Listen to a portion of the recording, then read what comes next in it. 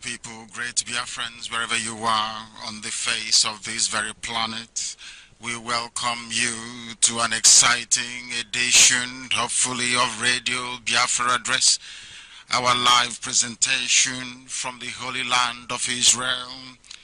I must apologize for our late coming because the enemies are at it once again. They are well resourced and they are determined. They do not want the propagation of this very divine gospel on this hallowed platform of Radio Biafra. But we have overcome them because this gospel must be preached as mandated by Elohim. I welcome you, and as I do so, I will encourage you to welcome those who are around you. The time here now is approximately 24 minutes past the top of the hour, and this is Radio Biafra. My name is Nnamdi Kanu. I am the leader of the indigenous people of Biafra by the grace of Elohim, not by man. Therefore, Biafra must come because we have suffered enough. We have been discriminated against enough. We have been humiliated enough. We have been disgraced enough. That to the point where we no longer have men, we no longer have people who can rise and speak up, except IPOB. That is why we must continue to preach this very gospel. We must continue to preach it. Because Chukwokika Biama have sent us on this very mission and we must accomplish it regardless of the price and regardless of the cost. Everything humanly possible will be sacrificed to ensure that Biafra comes as decreed by the Most High. This evening we've been disrupted, we have been interrupted, but I do hope that my Deputy Chairman is working tirelessly hard to ensure we overcome this technical glitch. Therefore, can I go ahead to announce that we are on Radio Biafra Live? Is that confirmed that we're live on Radio Biafra page? We are on Radio Biafra Facebook page. We are also live on my page, Mazi Nnamdi Kanu. Make sure you're on the right one because I know our enemies are very good at duplicating anything that we are doing in order to confuse the gullible. But we know the hardcore are determined and we must proceed. Before we do so, we must hand over our proceedings to Chukwukika Biama. Onye Primi Yanine, without whom and in whom we repose every ounce of our essence and our being, that His grace will continue to guide us along this very tortuous and treacherous journey,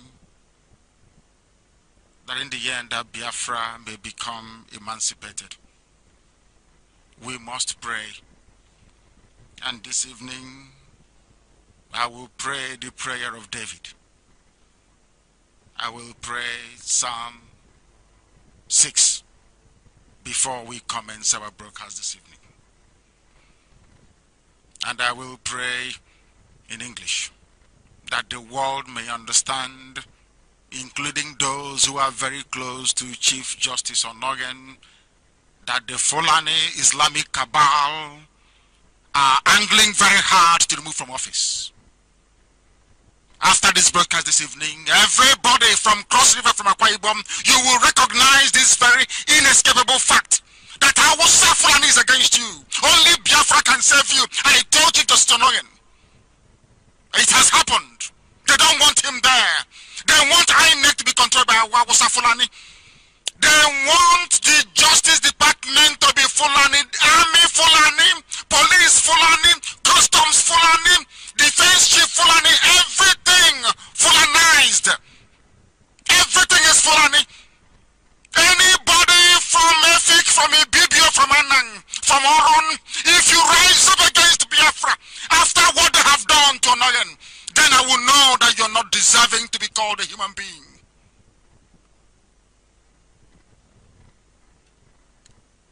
Some people from the Yoruba land want the presidency because of that. They will not speak up against evil. But there are a few honorable, noble Yoruba men that will continue to speak. And they will continue to have my regard, my respect, and my support. Because evil is evil. I do not want to get ahead of myself. Let Chukwokika Biama take control. O Elohim,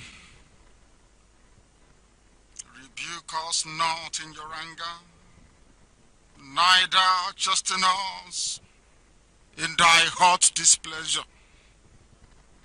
Ekwekwala ka iwe gabigo kenebo moge no Chineke nna nke igwe.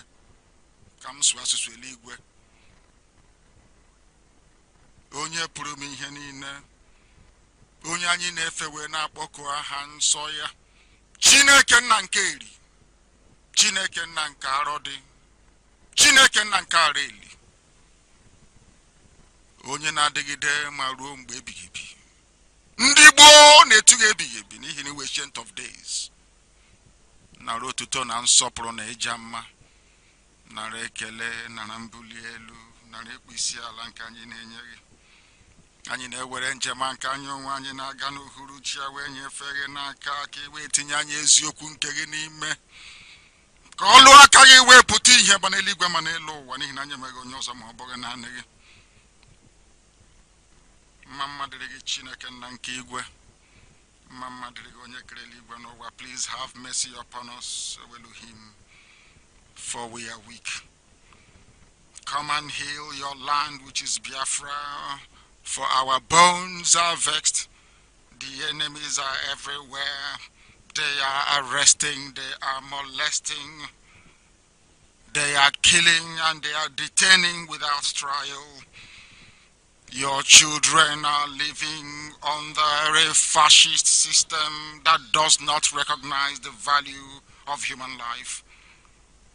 Return to us, Chineke na nke pụrụ m ihe niile.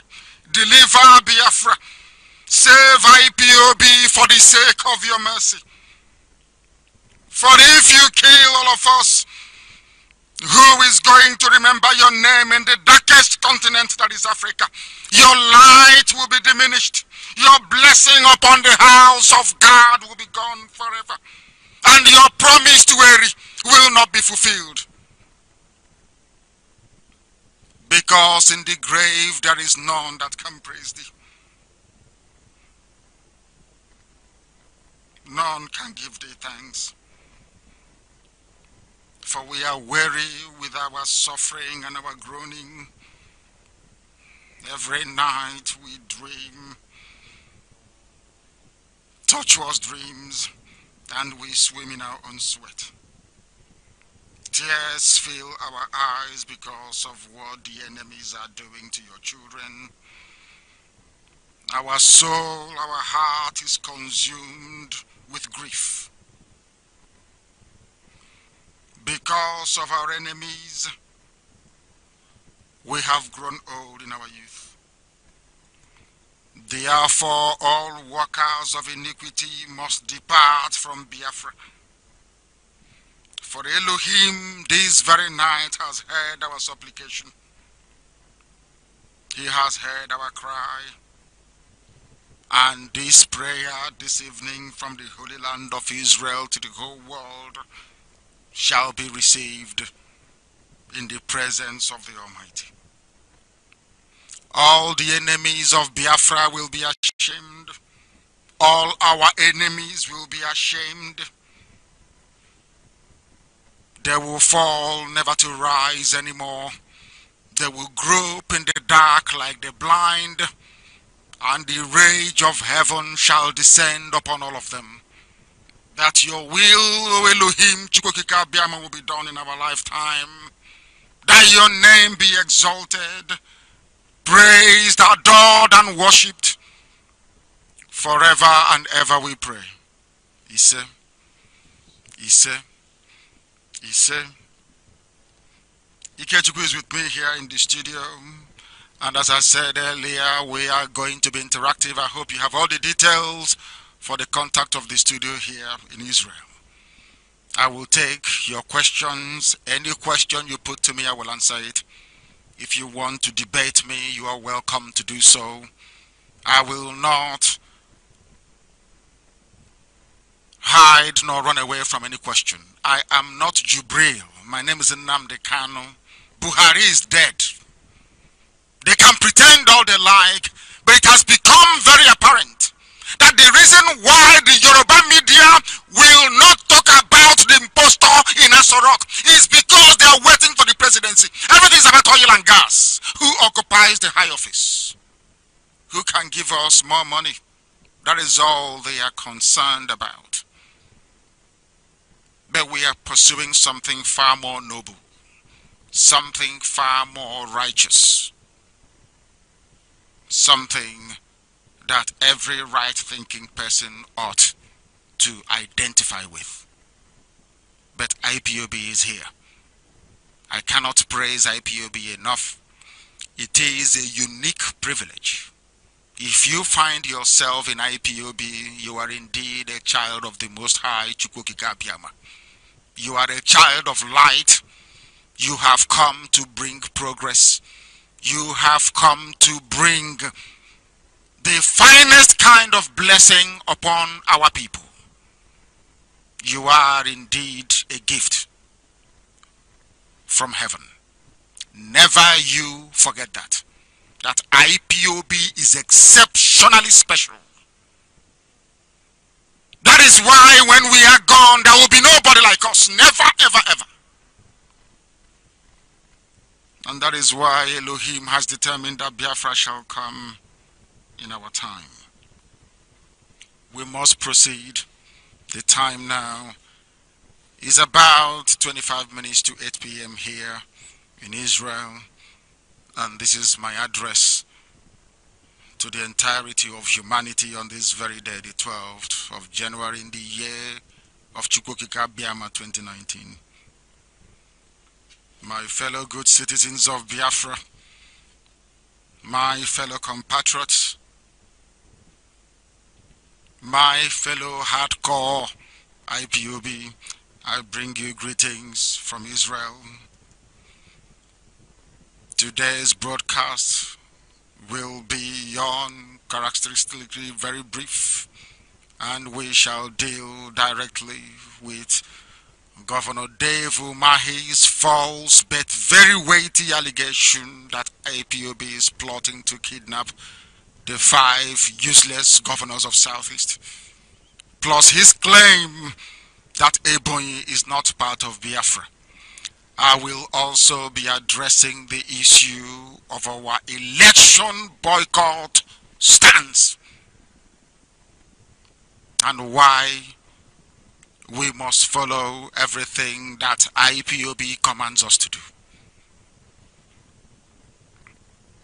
It is on record that several newspaper publications of the last weekend quoted Dave Umahi as saying, this is a direct quote from him, just a few days back they sent text message to my wife that the 5 governors of Southeast would be kidnapped and that IPOB security would overpower those governors and demand ransom payment from them.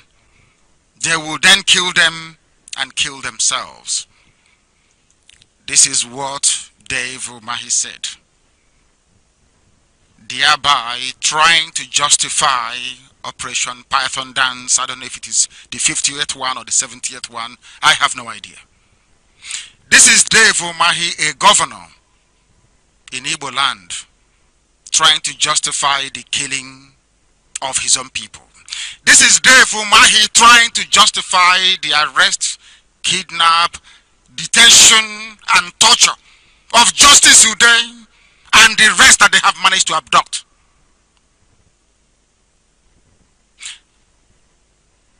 Now, as any right-thinking person reading the above claim from Umahi will see for what it is a barefaced lie from a man who made his life before he became governor from duping and lying to people. This is a man that has long sold his conscience and his people in the vain hope that this discredited, Jubril-led APC cabal he serves will support him to run for the presidency of the damnable zoological republic in 2023.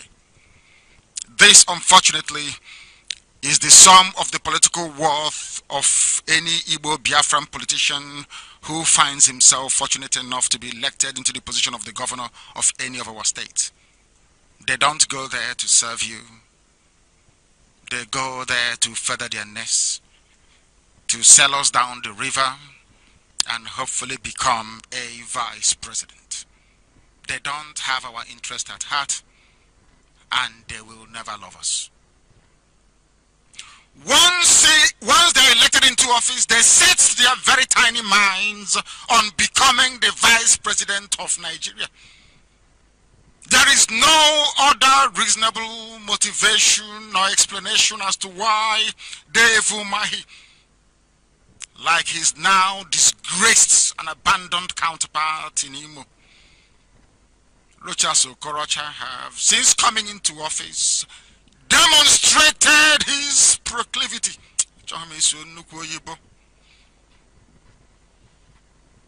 Demonstrated his character towards sabotaging anything Biafra, as Okorocha did, and sabotaging every effort made by IPOB to emancipate our people from the bondage we are being forced to endure in Nigeria. That Dave Umahi had resorted to banding unfounded accusations against a universally acknowledged non-violent movement goes to demonstrate a new low in Umahi's hate and betrayal of his own people. All for his hopeless ambition that the APC Fulani cabal he serves, its interest, will somehow foolishly grant him presidency in 2023 as he boasted to Pastor Emma Obai. If you doubt what I'm saying, ask Pastor Emma Obai. You know him, he's a very popular preacher. He's a man of God. Go and ask him, did Dave Umahi confide in you that Jubril and Asorok cabal promised him that he will be the president come 2023? That is why he's in PDP, working for a very murderous APC regime. Unbelievable. Because they have no honor and they have no shame. This is pathetic. If the Fulani cabal and some of their Yoruba sidekicks did not find it in their good conscience to trust the revered Dr. Nnamdi Azikiwe with the presidency of Nigeria, or allow their loyal, unblemished servant, who incidentally formed PDP, Dr. Alex Ekwueme, the right to contest for that position, what planet is Dave Umahi living on to assume that Fulani will give the presidency to him? Zeke fought more than anybody else to keep Nigeria one. Ekwueme did the same thing. They overlooked those two grandees, intelligent, well-educated men that meant also well for Nigeria. How about you, a former 419er? You think Fulani will trust you with the presidency? That is why you invite the army to kill your own people. And on top of that, you go about fabricating arrant nonsense against the peace-loving IPOB. A man with no record of any notable public stewardship or service to his people will always see groveling and subservience to the primitively uncultured Fulani cabal as the only way to advance his hitherto non-remarkable political ambitions. Like Martin Elechi before him, who who incidentally handed power over to him about 4 years ago. The anti-Biafra he is now espousing in the hope of endearing himself to the caliphate may have worked for Martin Elechi, who worked hand in hand with the notorious and treacherous Okpa Biasika, who was only rewarded with the administration of the defunct East Central State immediately after the war because of the excellent saboteur work that he did to undermine Biafra from his base in Yoruba land when he was a lecturer at the University of Ibadan. There is now a tradition that these so-called politicians follow. A few Igbo men publicly betraying Biafra, either in their utterances or on the pages of newspapers, is a well-trodden path that comes with political reward.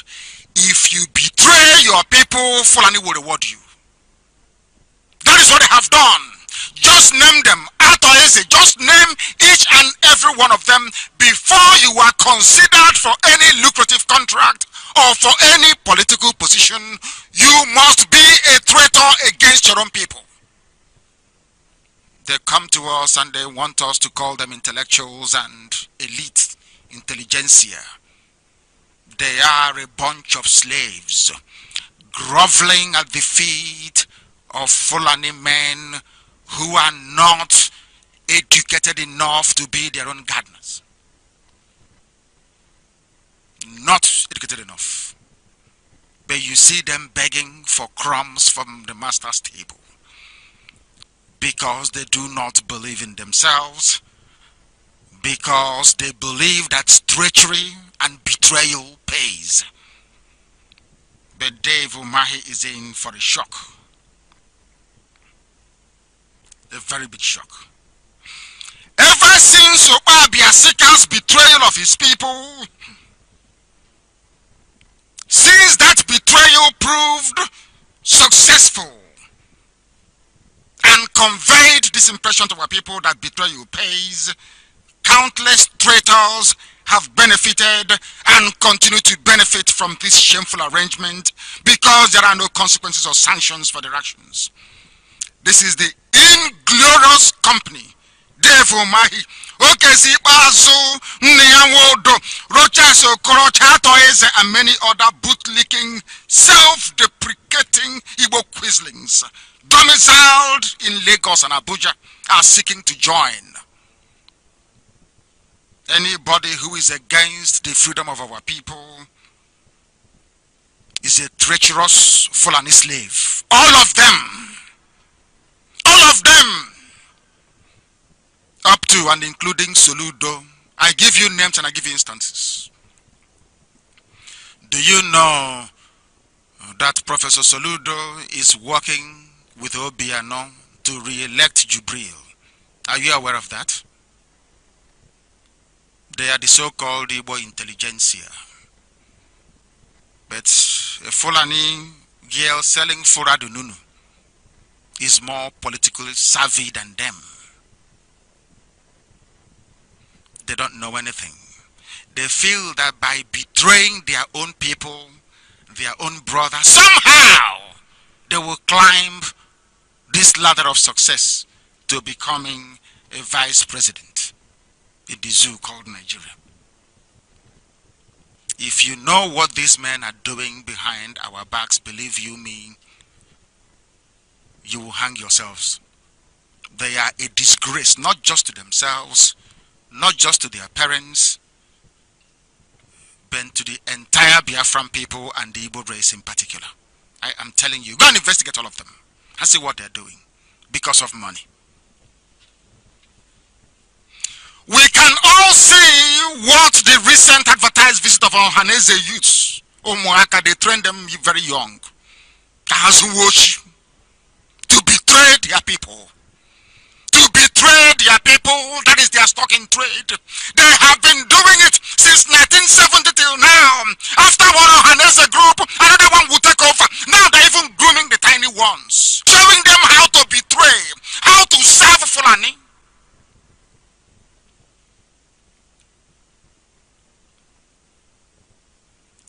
they wore Isiago to go and see Jubril, a man from Sudan. Unbelievable. Tomorrow they will make them a minister, or they give them one other useless position. The idiot will come to the village and tell you that he's an Igbo elite. Do you see how they climb their own ladder of elitism? You fall down before a very filthy Alhaji, bedecked with Arabian oil perfume, who can barely read and write. Submit yourself to him and you get what you want, as befitting a slave. That is what your so-called Igbo leaders are doing in Abuja and in Lagos. That is why, even in retirement, they decide to reside in Lagos or Abuja. Ask yourselves this question this evening: how many Yoruba elders live in Biafra land? How many Fulani or how many Awosa live in Biafra land after their retirement age? It is only our people that believe that by living in Abuja or Lagos, they can remain relevant, because they are slaves to their masters. When their masters come, they go crawling. Now you understand the mess we are in. You understand why they want us to vote. You understand why they attack anything to do with Biafra. Because they don't want their slavish past exposed. Because their masters threaten them that any of them found supporting anything that will bring a semblance of relief to the long-suffering people of Biafra, their secret will be exposed. That is why behind your back they say, oh, we want to do something, but, you know,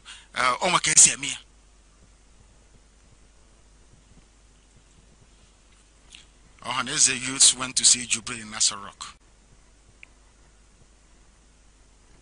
Despite what this administration have done to our people, the killings at Umpo, the killings in Aba, Iguacha, Mbama River, in Bayelsa, the countless torture, detention, illegal arrest without trial that we are facing, those shot to death during Trump rally at Iguacha, these children decided to go to the same person responsible for killing their people to beg for money.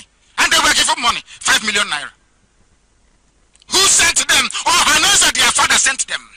Niyamod and Co sent them. They have no shame, they have no honor. If Niyamod can kneel down before Bola Ahmed Tinubu to beg for office, what wouldn't they do? And I'm very happy that our people have now shunned Niyamwodo. They have seen him for what he is. He is a nobody. Look at the children he's bringing up. Look at the children he is bringing up and their attitude towards their own people. Everything is to sabotage. Everything should be sold. No conscience. No honor. No dignity. After the genocidal massacre of our people at Umpo, Aba Onisha in recent years, they still found or had the temerity to go and see Jubril. They have no conscience. As small as they are, they have no conscience. Imagine what they will do when they grow old. They will be worse than Atoeze. Worse than Atoeze. I remember what we used to listen to in those days when I was at SBS in Iguacha, School of Basic Studies. That's a song they used to play then, an intro, kind of a jingle on anybody. If you're old enough to know Radio Reverse 2 FM stereo, the finest radio station then in the whole world, bar none. They said a cricket will be burning and they'll be saying, see how beautiful the body looks because of the oil all over the body. You don't know the damn thing is roasting to death.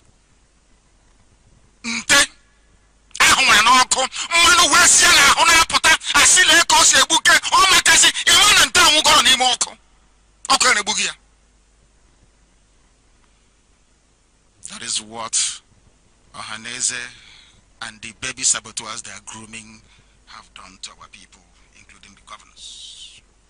They have destroyed our people completely. These Ohanese children, there is a saying where we come from. You know, the baby goat always looks at the mother goat to see how the mother goat is chewing, and then learns. If the mother goat goes to the yam, to the barn to go and eat the yam, the baby goat will follow as well. That is what is happening in Ohanese. Ohanese and Igbo have taught their children that the quickest route to political relevance for any Igbo man is to go and kneel in front of an Alhaji. Now you understand why they want to kill me. Because I refused to join them. I will not diminish nor debase my Biafran essence by kneeling and bowing before people who actually be in the same country with in the first place. Ohanese and the Igbo governors will kneel before Fulani people. Not IPOB. They will do anything for money and influence, which sadly translates to how they see others. People like us, who are genuinely fighting to set our people free. You know, in the warped minds of these discredited politicians like Dave Umahi and Nyamudo, in their rather very twisted way of reasoning, they think because they are shamelessly ambitious and will do anything to gain relevance in Nigeria, that I am somehow like them. I am fighting for Biafra, not for the zoo. How mistaken they are. Recall that it was Umahi Okesipas and Nyamudo, ever so envious of the rising profile of IPOB, that fired the first salvo on the proscription of IPOB, which Umahi incidentally admitted. Umahi led the way to that infamy before his other Southeast governors, his colleagues, joined him. Umahi was later to pressure the Nigerian government to proscribe IPOB and declare it a terrorist organization. This is by his own admission. It was Umahi who also led the shameless and very perfidious pack of Southeast governors to acquiesce in the September 2017 invasion of Igbo land, all in the name of some python dance. Put very simply, it was Dave Umahi, in his capacity as the chair of the Southeast Governors Forum, that sanctioned the cold-blooded execution of Biafrans as a result of that very illegal invasion of Biafra land by the Fulani-dominated Nigerian army. By sanctioning the military invasion of my home, Dave Umahi Okesipazu Nyamudo signed my death warrant. They wanted me dead. And we lost 28 men in the process. Never forget that. We lost 28 men. Don't forget. Only in my compound alone. And many more killed and dumped in a borrow pit in Okwa. They think we have forgotten. We can never ever forget or forgive for what they did to our people, for what they have continued to do to our people. We cannot allow this ravenous, shameless breed of politicians to continue to dominate our lives any longer, because of their proximity to their Fulani masters. Dave Umahi, Okesipazu, and the other governors, they have no credibility in our land. That is why they always run to Fulani people to help them. If you claim the people love you, you represent your people, you are an Igbo politician, you represent your people. Why don't you allow your people to save you? Why don't you call upon our people to defend you if you feel your life is threatened? It's because you have something to hide. They are exploiting the poverty in the land to try and hoodwink our people into voting them back into power when they know they have no right to be there. By now, I would have been dead, and so with it, this phase of our agitation, had they succeeded in killing me. Anytime you think about Dave Umahi, you think about Okezi Bazo, you think about Onyamwodo, you think about Obiano, always remember that they came to kill me. They asked the Fulani to do the dirty work for them, to come to kill as many IPOB family members as possible, and tomorrow they run to Yoruba newspapers to tell them that they are the elite and they are leading their people, whilst behind their backs, the Fulani are laughing at them. These are those that some people want us to regard as our leaders. If anybody should be accused of kidnapping and murder, it is Dave Umahi and his fellow Fulani serving traitors, not IPOB. Dave Umahi, Okezi, Bazo, and Ohaneze leadership that wanted me killed and IPOB crushed. What did we do, I ask? Did we kill anybody? We repaired roads. We helped those who were not able to help themselves. We gave our people a sense of direction and of hope. Why is it that nobody is asking all these Southeast governors why they wanted to kill Nnamdi Kanu and why they wanted IPOB out of the way? It's because it's what their Fulani masters are telling them to do. The Fulani made them. Fulani gave them their contracts, their money, elevated them, promoted them, gave them appointments. So they must always be subservient to the Fulani Caliphate. People, some of our people don't know the level of the mess we are in. People don't have any clue or any idea. But I'm sure it manifests when you walk about our towns and our villages. It's very obvious that we are in one almighty mess as a people, which IPOB, of course, is seeking to correct. Therefore, my leadership cannot crush IPOB and they cannot kill me. Many times they boasted about having successfully crushed IPOB, but thankfully, Chukwu Kikabe never allowed them to succeed. We continue to hold the present crop of Igbo governors and Nyangwodo primarily responsible for the ongoing arrests, torture, abductions, murder, and illegal detention of Biafrans. We are holding you responsible. I have said it before and I'll say it again.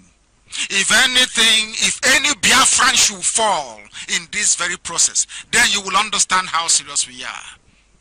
Ask those that know, they know.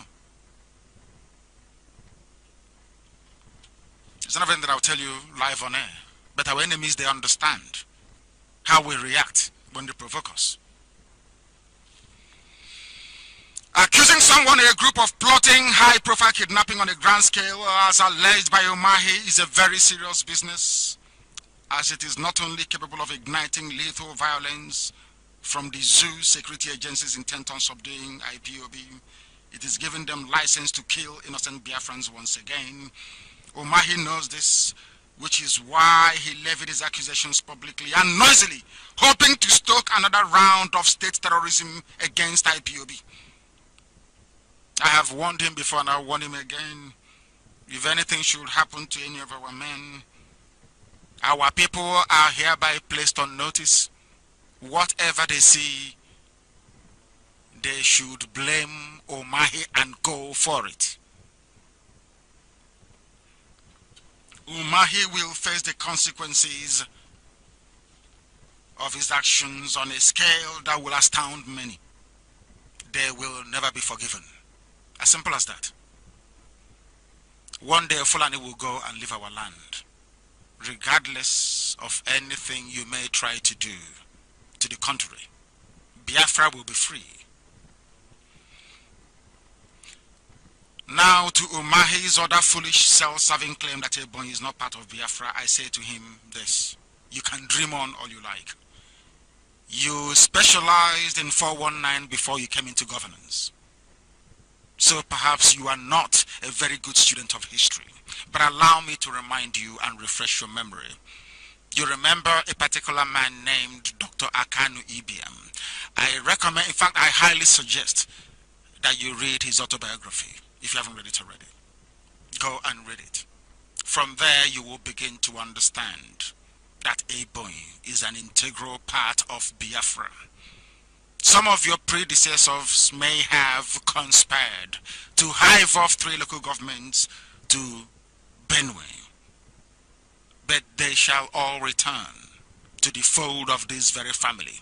You claim you love Igbo people, you claim you are serving Ebonyi people, but you and your predecessors superintended the carving out of Ebonyi land into Benue.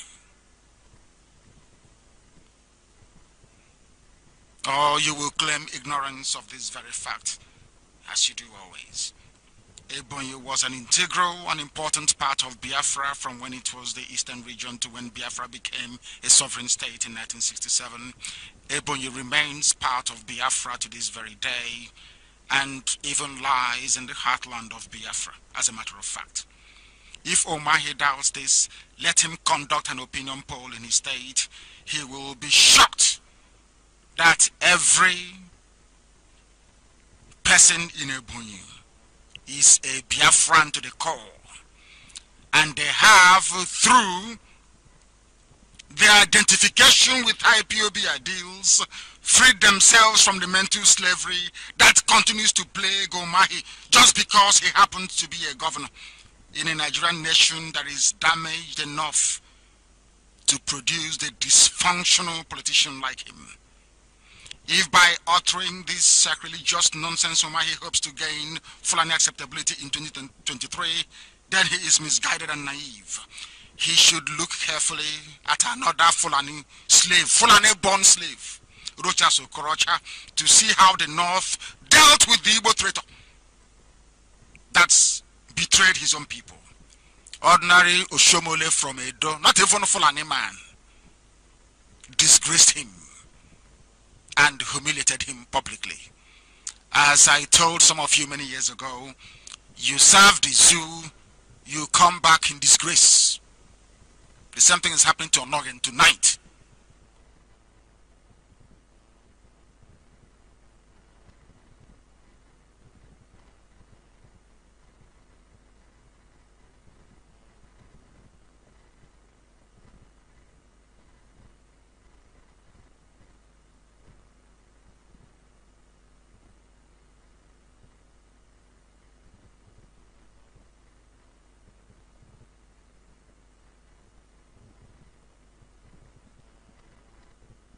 They want to dominate. Oh, leave Cross River out of Biafra. You want to dominate us.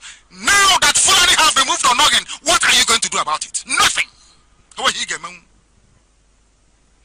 Because the only people that can fight for you, all of us together as Biafra, Fulani have cleverly removed you from that mindset, from that group of people that could have done something to save you.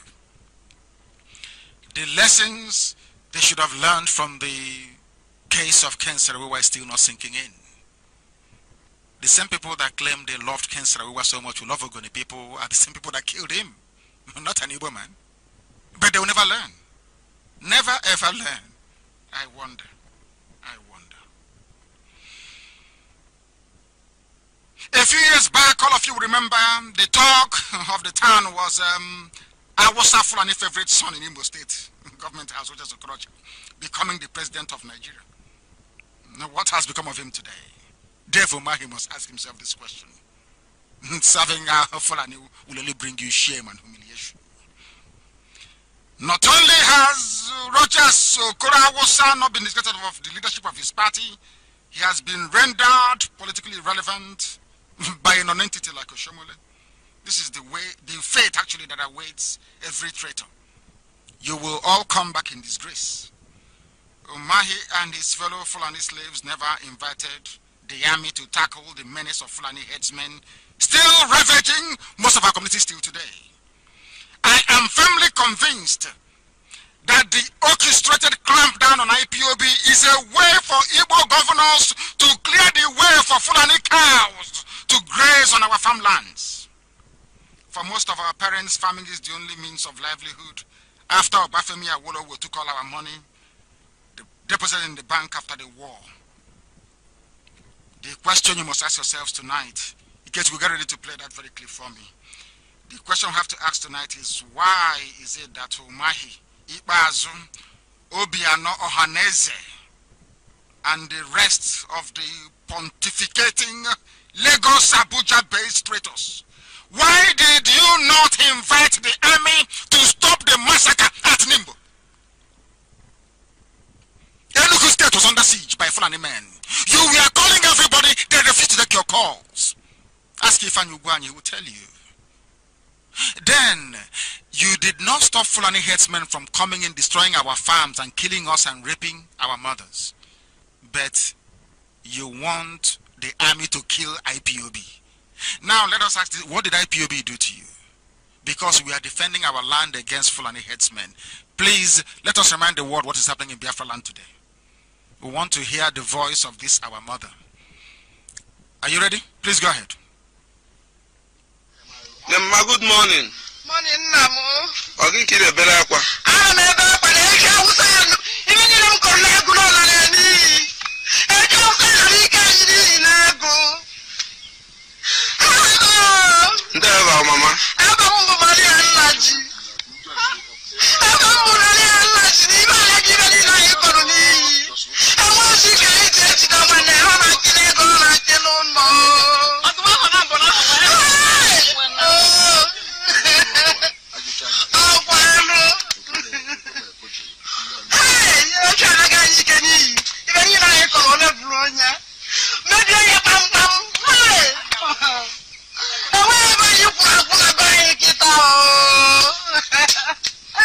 Mama,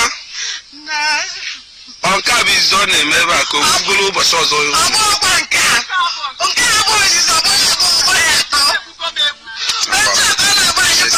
For the first time, herdsmen have been destroying their crops.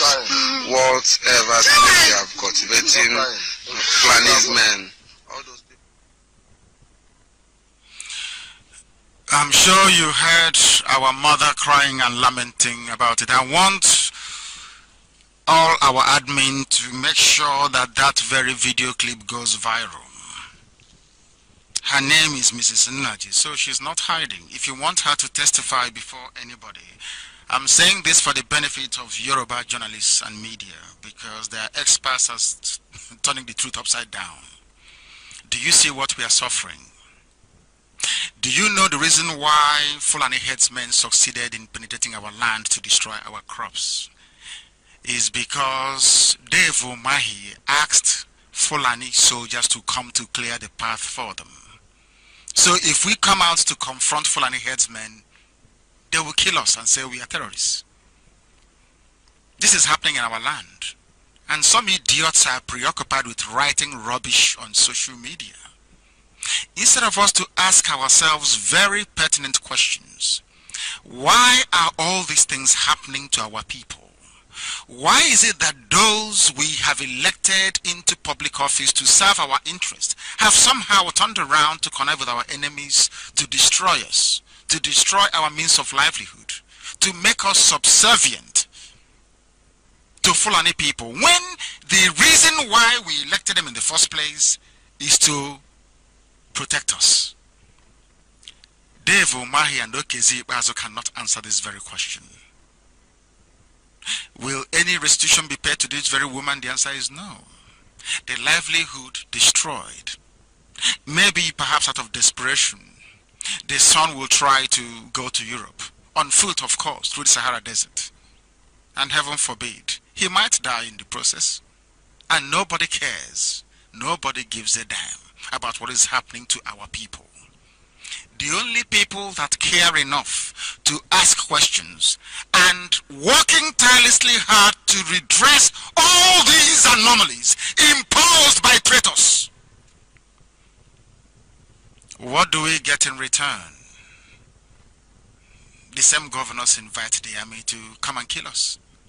And people are talking about elections, talking about voting somebody like Okezi Ikpeazu back into office, or Dave Umahi for that matter, back into office. We are going to give them hell. We are, I assure you. Because we said we're not going to vote doesn't mean we cannot mobilize to have you voted out of office. That's what's going to happen in Abia. We can make the exception. Because perhaps if we keep quiet all the time, they think, oh, since they're not going to vote, I mean, does it really matter? They will have a very special program for Abia and also for Ebonyi. They will find it difficult. I'm telling you. Nobody's asking. I feel very, very sad this evening. They have not proscribed Fulani headsmen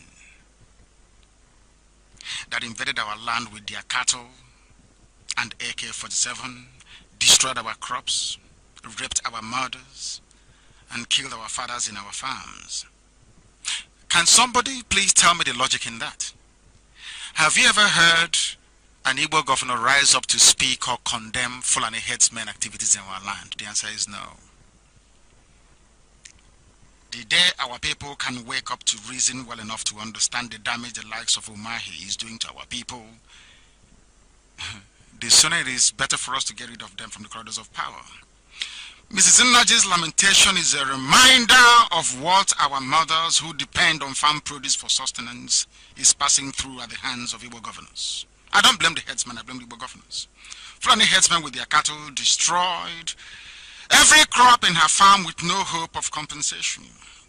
Instead of the army to go after the armed bandits who are their own people incidentally, Umahi and his fellow Igbo governors are preoccupied with their Nigerian army friends on how best to arrest and kill IPOB family members.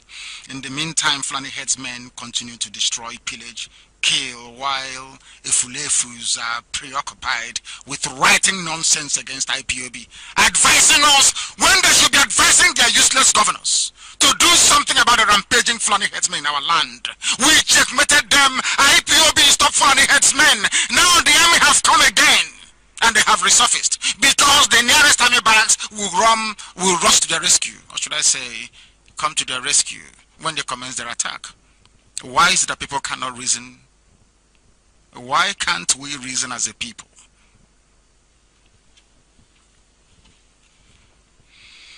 They thought by running down my name they could create problems for IPOB. There is something they keep saying all the time that I've been informed in the past few days, that I entered into agreement with when I reneged on it.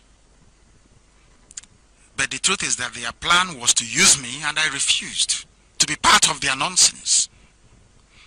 Okezi Bazo had the temerity to say that I don't keep to agreements, but he forgot that I have never met him in my life before. Talk less of agreeing anything with him. I have never met Okezi Bazo before. He lives about, say, 1,000 meters from my house. That's where the government house is. I've never met him before. In my entire life. I don't know who he is. I have never met him. Tonight I want to put to bed this perverse notion that I don't keep to agreements. When I left prison, Kuje prison, the first people I met were Southeast Senate caucus. They hosted me to a dinner at the residence of the Deputy Senate President, T.K. Kweremadu. I graciously accepted the invitation out of respect for the role some of them played in calling for my release from detention and the fact that Senator Baribe stood shorty for me. At that gathering, I was advised to keep a low profile and not to do anything to jeopardize the well-being of those who were still in detention. This was an advice, not an agreement, as some of them would have you believe. It was an advice I felt in all clear conscience I couldn't keep, because I felt that restricting my God-given rights to free speech and assembly was not something I was going to sacrifice for the sake of appearing to be an obedient, good Nigerian. They forgot that I'm not Rafo Wazirike, and I was determined that IPOB will never go the way of Masop. I was never going to let Biafrans down or allow myself or the great IPOB which I lead to become a toy for politicians as Masop has become. My bail conditions were a cleverly constructed trap designed to weaken and destabilize IPOB, which sadly had the imprint of internal Igbo political meddling. Had I maintained radio silence as was expected of me, people would think that I had compromised the struggle and not a man of my words. When I was asked not to speak during my court appearances, I broke that very protocol and I addressed the media. Nobody can stop me from talking. Nobody can stop me from speaking. That will never ever happen. I met Southeast governors on around late August, early September of 2017, before they decided to send soldiers to kill me on the 14th of September of that same year. Those that attended that very meeting will confirm that I never reached any agreement with anybody present at that very meeting to lift the Anambra election boycott. I made it clear to Dave Umahi, who incidentally was chairing the meeting, and all those present at Enugu Government House, that Abuja, I made it very clear that Aso Rock must make concessions to our demands before I call off the boycott.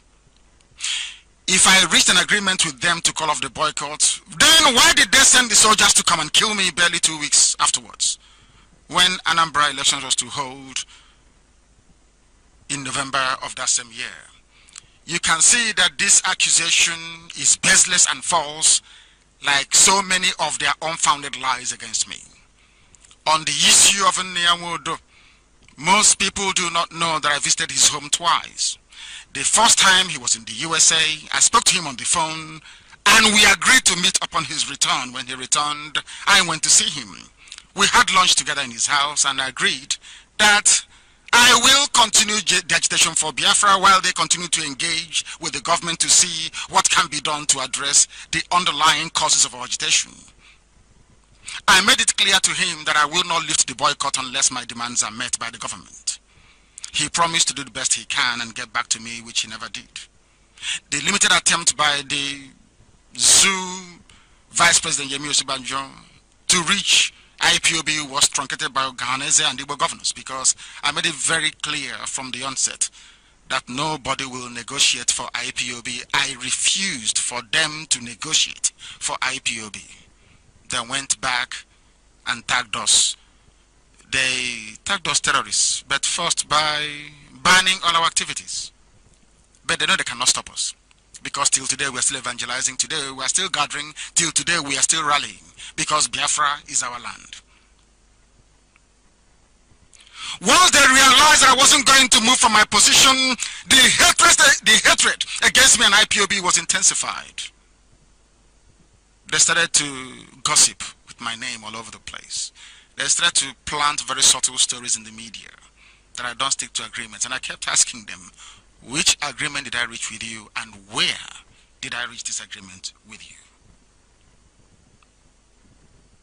They know I have no intention of breaking my vows to my people. And if me sticking to my pledge to serve the best interest of Biafra means that I'm a man that doesn't keep the agreements, then so be it. Because Biafra for me comes first. Some of you will remember when I did a broadcast and I said that I will sacrifice everything sacrificable to make sure that Biafra comes. And I have done it. My family and my parents. I will sacrifice more to ensure that Biafra comes. People must understand this about me. Biafra is the only thing that is important to me. Everything else is irrelevant. I repeat, the only thing important to me in life is Biafra. Everything else is immaterial, including my own life, for your information. It is this sort of nonsense coming from shifty characters like Umahi that helps strengthen IPOB's determination to boycott the 2019 general elections. But it does appear that our non-participation, on the other hand, has emboldened the legs of Umahi and other traitors to keep destroying what is left for our land. That is why an exception must be made in Abia and in Ebonyi. In Abia and in Ebonyi, we must make an example of these people to tell them that power belongs to IPOB. How we're going to do that, I will let you know as time goes by. IPOB is not backing down on the boycott. The presidential elections will be boycotted so that the world may know that we are in charge of our land, that our people are yearning for freedom, that our people want to be free from the shackles of oppression and subjugation by the Nigerian state. Nobody loves us. they can never love us. They don't love the Igbo people, they don't love Efik, they don't love Indizon. Nothing! Nobody cares about you. If you don't care about yourself, nobody will care about you. If you doubt me, look at what is happening to the Chief Justice of the Federation. Onogen is in very serious trouble because Fulanis don't want him, and there is nothing anybody can do about it. The same way we are all impotent. They are holding Dasuki. Despite court pronouncements, they are holding El Zagzagi despite court pronouncements because there is no moral fiber in Nigeria. The entire system is corrupt. All Yoruba media is interested in is for the president to come back to Yoruba land so that Tinubu can become the president in 2023. That's all that matters to them. They don't care. They don't know what democracy is all about. They have no idea what democracy is all about. In the past few years, I think IPOB has proven that there are other centers of influence and power in the southeast and parts of south-south, and they know that very well.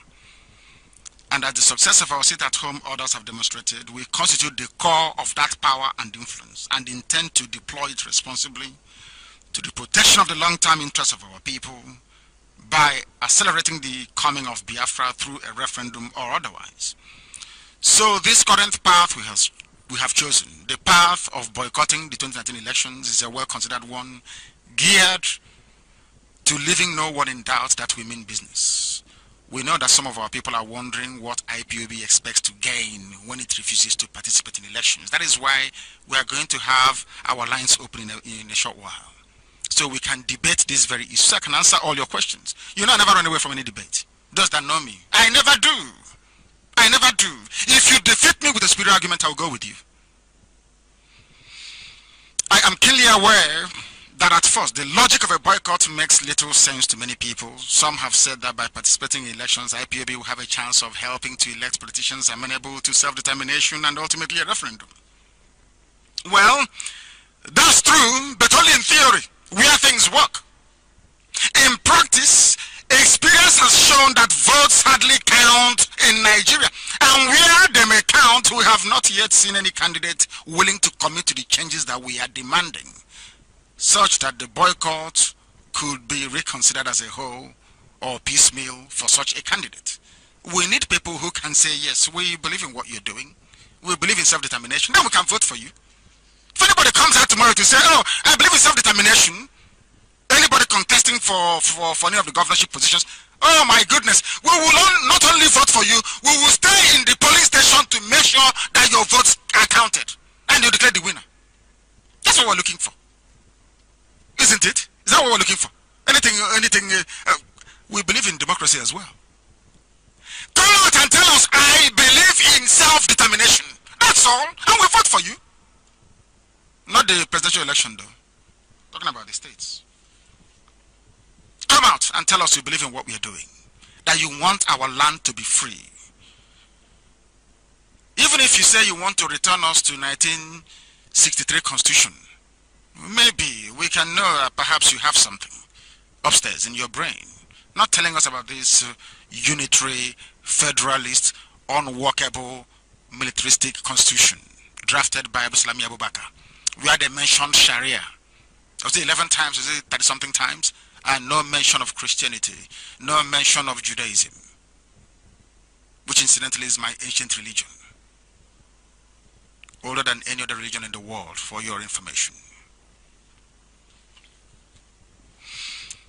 We must say, therefore, that it is the real and recurring threats to the fairness of elections in Nigeria that constitute one of the primary reasons that IPOB has chosen the path of boycotting elections.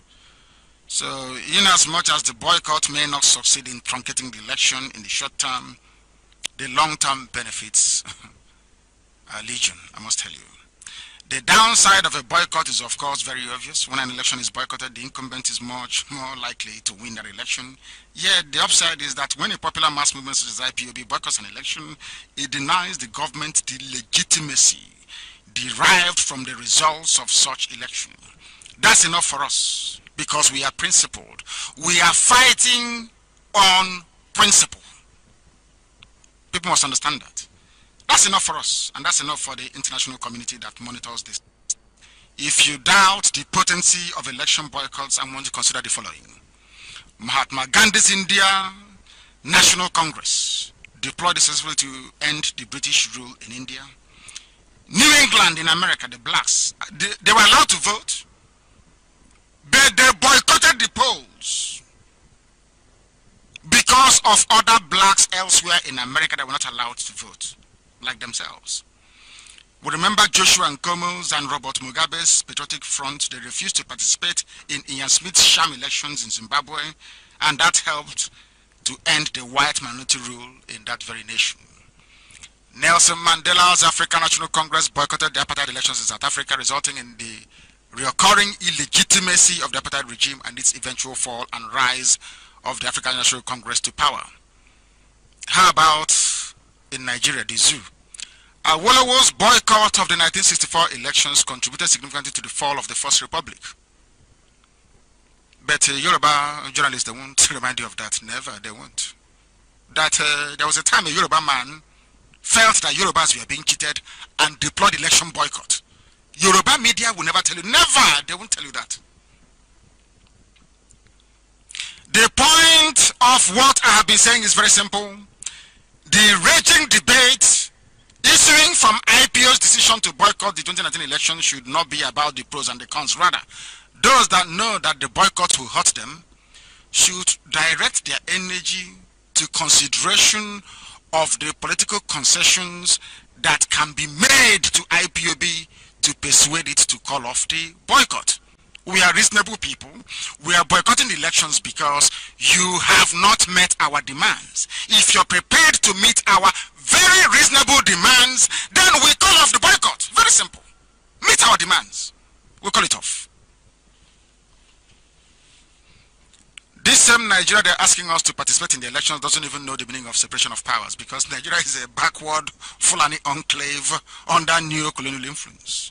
What I find mentally debilitating is our inability as a group of people to rise to the occasion and take back the power we have so freely for years vested in the hands of people who are not educated enough to hold high office. They call themselves elite. Before governor, 419. Ask anybody who knows him now. What was your job before you became governor? They tell you he was a 419. Ask anybody. And the same thing could happen in Imo State. Look at people running in Imo State. The same thing could happen there. The fact still remains that what happens in Nigeria is selection, not election. If not, why would Evumahi in PDP be campaigning for a murderous APC government that killed his own people?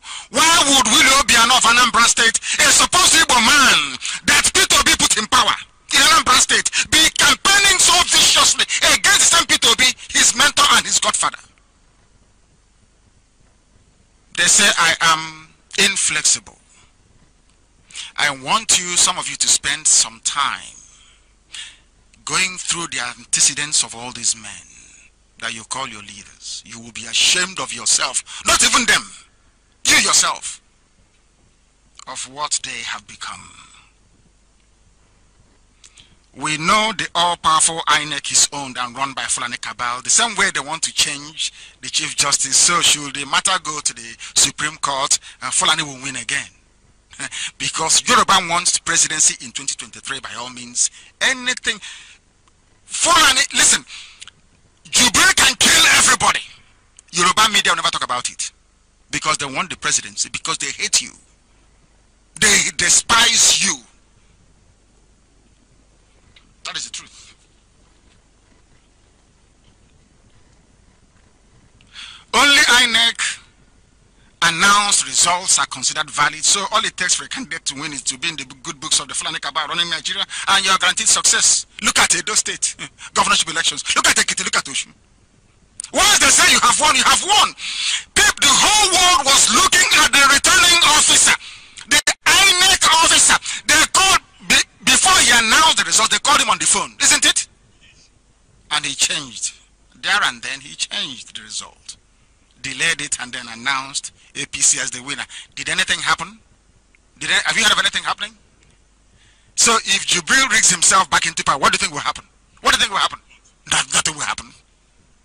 Then we would have wasted all our time, energy, and effort. If you want Jubril removed, you accede to my demands. Very simple. Referendum. Isn't it? Is it difficult? Referendum, simple. It doesn't matter how many votes you receive or how many supporters you have. The only thing that counts in the zoo is who Asorok wants to place in power. But we can, they should try to kill us, because OKC is not going back. Dave Umahi is not going back. Because they are the reason why, because if they're not there, can they invite Operation Paradise to come again? If we leave them there, they'll keep inviting them to keep coming. Keep coming. That is one of the valid arguments the proponents of voting has, which I recognize. I recognize that it is very obvious and very clear. I recognize that. It's a very clear point and a very valid one at that as well. Okay, Zikbazo will not return. Neither will Dave Umahi. We will fight them to the very last person. INEC will now see that they cannot rig every election. We want to prove to Umahi that IPOB owns Ebonyi. We own it. We own that very place. You must understand that. Edo, Ekiti, and Osun states are forerunners of what will become the elections this very year. Everybody saw the blatant rigging and falsification of results, but as Africans, we don't care enough to want to correct these anomalies, but we expect economic and social development from people who are callous enough to subvert the electoral process. Simple, common sense. Will it register? I doubt it very much. But we must continue. The issue of underage voting in Kanu hasn't been addressed. You know, you have. I want it to be posted everywhere, please. Underage voting. I want to tell them why we will not vote. Underage voters in Kanu. Simple as that. Other thorny issues like allowing a so-called IDP residing in Niger, Chad, and Cameroon to vote in the presidential elections, but not in the governorship ones, has not been resolved. Or in fact, it has been resolved in favor of APC, because they'll just simply write the results and bring it in. All these are inbuilt fraud designed to deliver the government of Abba Kyari, ceremoniously headed by Jubril Aminu al-Sudani of Sudan. This is even as the issue of non-availability of WAEC results remains unresolved. The man doesn't even have Buhari's WAEC certificate. But there is a provision that says you must have it. There is none, but nobody gives a damn. It's Nigeria after all. What this demonstrates is that Nigeria has no civilized rule of conduct, be it in governance or in elections. What you have in Nigeria is a quasi-military dictatorship with a sprinkling of civilians in certain positions to give the veneer or to give the impression of democracy when it is anything but. What Nigeria is practicing is not democracy, because in any true democracy, the legislature will not tolerate the excesses of this Jubilee administration. Now, the question is, why don't people rise up in rebellion against this mess of a government? Could it be because we have all become spineless cowards? The fact remains that people have refused to rationalize and reason very properly. How do you expect us to vote in an election where the outcome is a foregone conclusion? Nepotism has been taken to a new height because the appointment of an all-exclusive Fulani INEC. This was the same INEC that sanctioned the nomination of Jubril Buhari despite not having a verifiable WAEC certificate, which for the avoidance of doubt is a prerequisite for every candidate seeking the office of the President of Nigeria. It is shameful and very sad for any observer of what is happening to my land, Biafra, and especially Igbo people. If you are not mentally tough, you might be tempted to throw in the towel in surrender to Fulani hegemony, given the conduct of Igbo politicians like Dave Umahi. Admittedly, some politicians show the potential of being reliable. However, as one intelligent man put it, politicians are often victims of linear thinking and logic. IPOB has proved that there are other centers of influence and power in the East. Those hoping that Atiku will sweep Biafra land because of Obi factor is misguided, because almost every governor in the Southeast is working for Jubril Buhari. What should bother everyone is the emptiness of the mindless acquisition of those that claim that they are our representatives in Abuja or government houses in our land. After all the contracts Arthur is listed in his video, there is no major industry, no successful business, no university, no organized philanthropy linked to his name. What a shame. You know, even Soludo of all people is working for Jubril. Can you believe that? Our people must understand that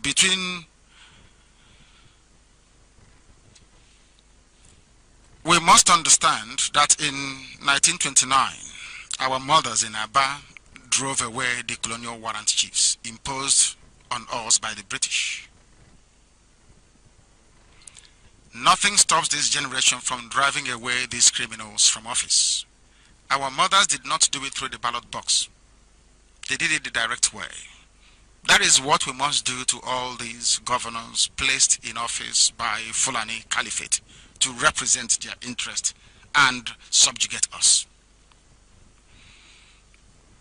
If you know anybody who is related to Onogen or from Cross River State or from Akwa Ibom, by which I mean Efiki, Bibio, and Angoron, you must now open your eyes very clearly and see what is in store for you. They did it to Ken Sarawiwa and nobody said anything. They are not doing it to Onogen. Our only hope is Biafra. And on that, I stand till the day I die. I thank you all very much for listening. And now, please, Ikechukwu, I want you to give us the telephone numbers to call. This is Israel. +972 533 990485. I have not done this in very many years. I intend to do it today. And on Skype, we are on Biafra Rising Radio Biafra. Is that correct? Biafra Rising Radio Biafra. It's a mouthful, isn't it? The number once again is +979 533 990485 for anybody wishing to engage in a two-way conversation this evening. I am not Jubril that doesn't take live questions. I do, because I'm Nnamdi Kanu. I'm not dead yet. But Buhari is being represented by Jubril. Are you sure the lines are okay? Because it's rather unusual, I expect. Because do you have, how about taking, the questions can also come via, I did ask Amake to make sure that the questions can also come via, are they coming? Through Facebook, yes. The questions can also come through Facebook. So Ikechukwu is here with me. He can read it out and we will then be able to answer and address all your questions. We can address all your questions. The number once again is +972 533. Is it a Skype line or is it just a direct line? The Skype line is second one. Is the first one a direct telephone number? Yes, +972. Have a call on the line, please. Take the call and find out what he's saying, and then let's hear him. Who is on the line, please? Come on the line, can you hear me? I can hear you. I can hear you. Oh, hey, Biafra. Oh, hey, Biafra. Oh, hey, Biafra. My name is Simon Ayanugo. Yes, Simon. Go ahead. Simon Ayanugo. Only if you can you're alive. You're alive. I know we'll meet again. After I saw you last in Amsterdam, I know that the journey will be like this. May Chukwu Okike Agama bless you and protect you. Chukwu Okike Agama have done it for me. Hearing your voice again, to be the first person to speak to you after almost 5 years now. Only a lot of things have happened. Yes. A lot of things have happened. Yes. May Okike. Well, Chukwu Okike Agama sanctioned you for this journey. That is why I followed you. That's why I heard your voice. Oh, you see, people said, it's okay. It's okay. When they did not understand and foresee all the danger our people was buying and selling. They said, they think we came here to make money. We said, no, there is a lot of danger that are waiting for our people. But thank God, after all, Nnamdi Kanu is alive to answer question today. Well, I don't know what to say anymore. The deal has been done. You did well. Chiku Okike Abiyama have done it. I'm okay. If I die today, I know that it makes me an to me because people say that, well, let it be, thank God. Oh, yeah, Biafra. Oh, hail Biafra. Thank you very much. Oh, hail Biafra. Thank you very much. Thank you. He was too emotional to be coherent, but I did grasp a few things that he was saying. You know, there is a saying where I come from, a local adage. I don't know if you grew up in the village, because I grew up in the village. There is a saying that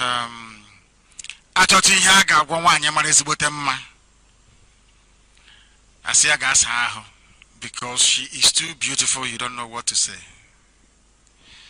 You know, like my wife is. Now, people say all manner of things to dissuade you, to make you take your eye off the ball, for you to be somehow, you know, to begin to doubt yourself. There's nothing they have not said about us. They are looking for money, they are looking for this, they want relevance. And I said to them, if I wanted your money and your relevance, I would have accepted the deal you gave me whilst I was in detention. I would have stopped Biafra agitation. What I want is freedom, and I've said it repeatedly. It is not my intention to lead Biafra. I want to serve until Biafra is restored. Then other people can come in and lead it. Other more younger, vibrant people. They said, oh no, he's very young. How can a man who is over 50 years of age be young? Do you see how foolish they are? Ojukwu was ahead of state at the age of 33. I am in my 50s and people are saying, oh, but they are young. Is it because I'm blessed by Elohim? Because I'm a can hear jaw? That is why I look young. I don't dabble in evil like some of you people do. We must remain on course until Biafra is restored. They have not seen anything like me before. And of course, IPUB that I lead. The very finest movement on this very earth. As I said, if you are in IPUB, you are truly blessed. Look at your life and look at those who are outside IPUB and see the difference. The Chukwuka Abiyama is with us. We've lost men, that is true. But because of their blood, Biafra will come. That is a sacrifice we all have to make in order to ensure that our restoration is certain. Please, the next caller, if we have any on the line, please.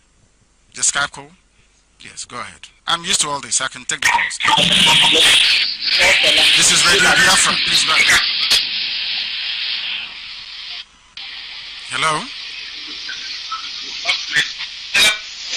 Yes. Can you hear me? Hello? Yes, hello. Go ahead, please. Can you hear me? Loud and clear. Please go ahead.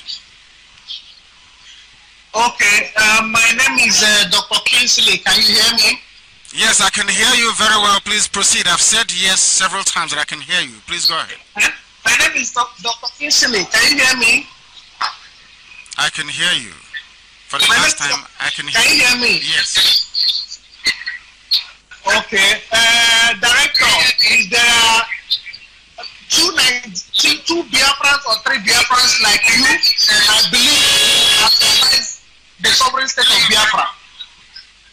Thank you. Go ahead. Hello? Yes, I can hear you. Go ahead. I was very happy. I'm very happy with what you're doing. And in fact, you're giving us courage to sit up here as Biafrans. Thank you. you very much. I'm very, very motivated.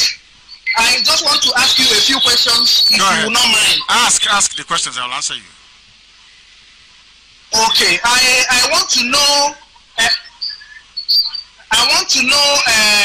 How it can be actualized on the election day for us, because personally I've decided I'm not going to cast my vote. I'm not going to cast any vote. I'm going to sit at home that day. But I want to know how it is going to be done for other Biafrans to also observe this directive from you, our director, on that day. What is the plan to make sure that this is being actualized on that end? Hello. Yes, I thank you very much for your question. What we are going to do is that we are going to boycott the elections, which means we are going to sit at home on that very day. We are not going to vote. That day will be declared a day for us to sit at home. We will not vote. It is a point of principle. People keep asking us, oh, what do we hope to achieve? It is registering our vote, our displeasure at what is happening in the zoo, and the whole world will know that we are in control of our land. They will know we're in control. If they want us to call off the boycott, they know what to do. Our demand is a very simple one. Very, very simple, just that they cannot see it. It's a very simple one. Give us a date for a referendum, then we vote. Without that, then no way. The next caller, please. I strongly believe in the boycott, and I think that's the only yes, please. can get across. Who is on the line? Are you sure there's somebody there? Yes. Why is the volume so low? Can you turn off the volume on the system on the phone itself? You turn off the volume on the phone, please. Biafra. Yes, Biafra, we hail thee. Please go ahead. I'm very happy. It's very, very faint. That's. I don't know if it is the phone. I don't know where it's coming from. No. Are you hearing me? I can hear you. Yes, go ahead. Hello? Yes, I can hear you. Please go ahead. Shalom, Biafra. I'm very happy to hear from my director. I'm happy on what he's doing to restore our country, Biafra. Because my father told me a story about Biafra. Are you hearing me? Yes, I can hear you loud and clear. Okay, I'm next to Udo for one man country. I'm very happy. Thank you, please. The line is not very clear, I'm afraid. What is happening to the phone, please? The phone is very poor. Can you change it, please? Change that very phone and put the SIM card somewhere else because it's not very clear. Let's go to Skype. Is anybody on Skype? Nobody's on Skype because the line is not very clear. Why is that?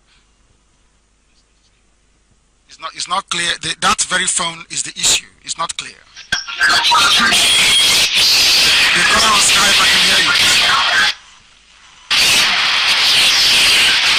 Hello, good evening, Mama.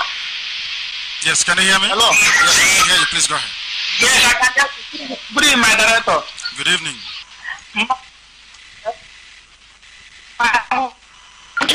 I'm calling from Iguacha. From Iguacha is a very strong place. Iguacha is very formidable. Please go ahead. Yes, I'm Master Chief of Writers Press. And I want to thank you for all you've been doing, and I want to thank Biafrans all over the world for being resolute. We must restore Biafra completely. Also, I want to comment on this David Mumbai, the devil Amagi, that's his name. The devil Amagi and Mohamed Nibo and others.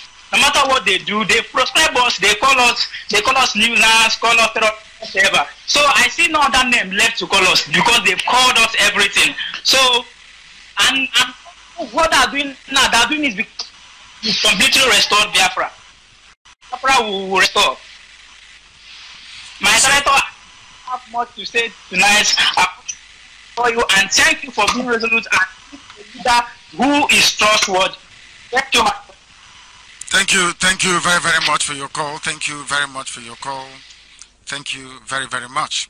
Before we go to the next one, I think it is very important that we remind Dave Umahi, Okezie Bazu Willow Biano, Ifanyu Guanyu, And because Rochas Okorocha is not a Biafran, as you've noticed, I don't normally or usually mention his name because he's not a Biafran. He's an Hausa man in our land. I want our people all over the world to reflect upon this. It was something sent to me very privately that I wish to share with some of you. We've mentioned it before, but I think it's important that we reflect and ponder over it. We remember in 2011, somebody named Kabiru Sokoto of Boko Haram bombed St. Teresa's Catholic Church in Madala in Niger State. And a lot of Biafrans were killed. Igbo people especially were massacred during that occasion. What some of you do not know is that the same Kabiru Sokoto was released in 2016 by the late Buhari, or should I say the Fulani Cabal. No Igbo governor spoke up. Ahanese did not say anything. Now my question is this. Can anybody tell me the crime that Justice Ude committed, MNEK and the others, for them to be arrested, their homes stormed by the army and DSS to arrest them?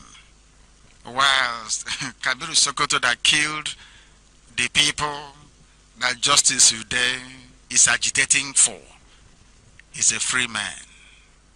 Is there any logic, reason, or common sense to that? Don't answer this question yourselves, please. Ask your state governors. Ask them. Why this witch hunt and vendetta against IPOB that is defending those who are under attack from Fulani headsmen, Fulani cabal in Asorok? Nothing has been done for us. No second Niger bridge, roads are not built, no employment. There is absolute hopelessness everywhere with abject poverty to boot. We are the ones making sure, trying to make sure that the lives of our people is tremendously improved. We are the ones being hunted down by our own so-called governors. Whereas those that killed us in our tens of hundreds are free, moving about from one place to the other. What is the rationale and what is the justification? Just ponder over it. Please, who is the next caller on the line? Please, if you may.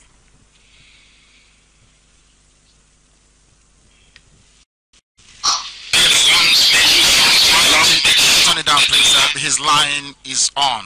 That is the problem that we have. Please, can you terminate that very call and take the next one, please, if you may? And is our telephone line now working? Let's try and see. Who is on the line, please? Hello? There is somebody on the line. Yes, please, I can hear you.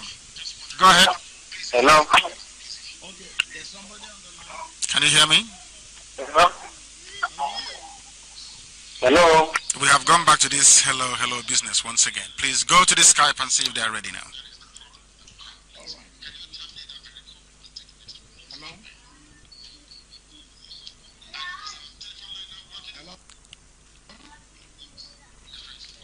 Have they jammed it as well? Yes. Who's there on Skype, please? Can you hear me? I think they have forgotten all the protocol, that once you're connected, you start talking immediately. Can you hear me? The caller on Skype, can you hear me?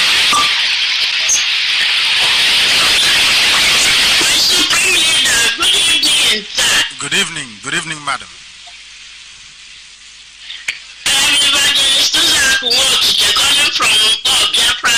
Mpo is exceptional.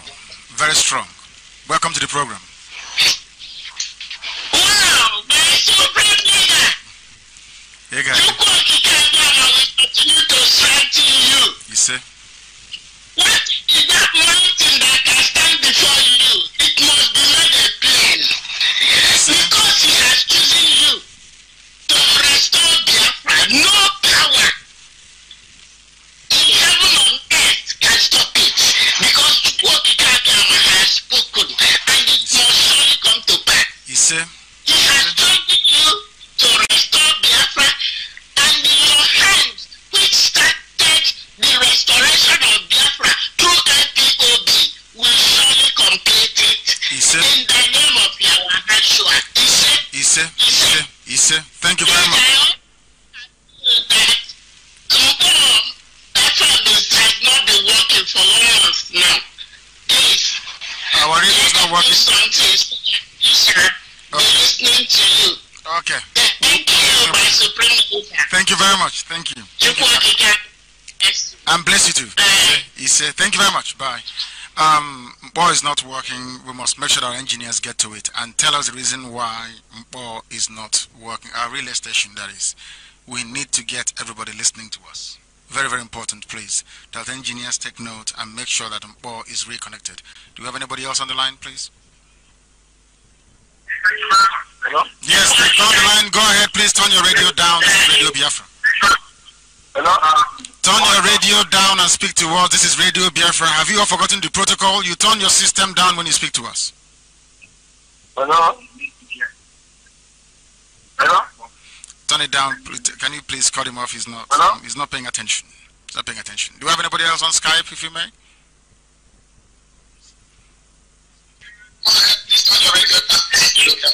They are not.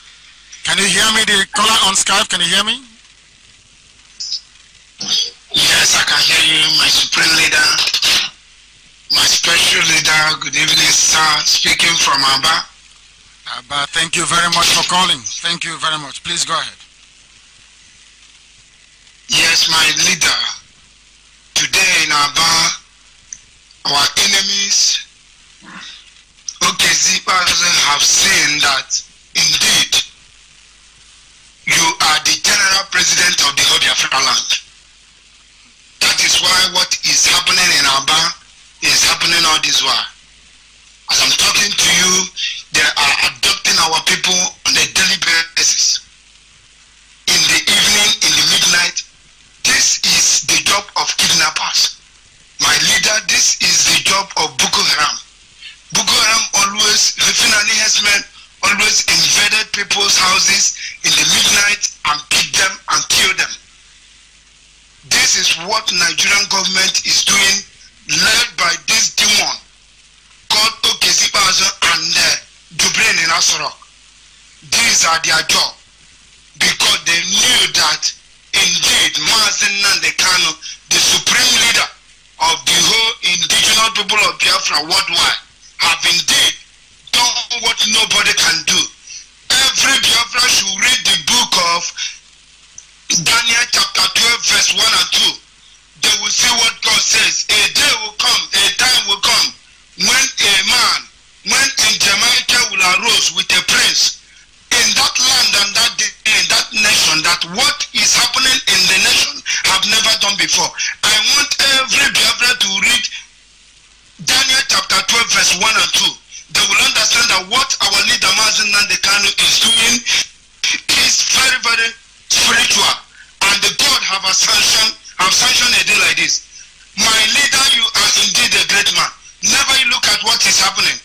You tell us that indeed there is a time you made that comment. These are the appropriate time.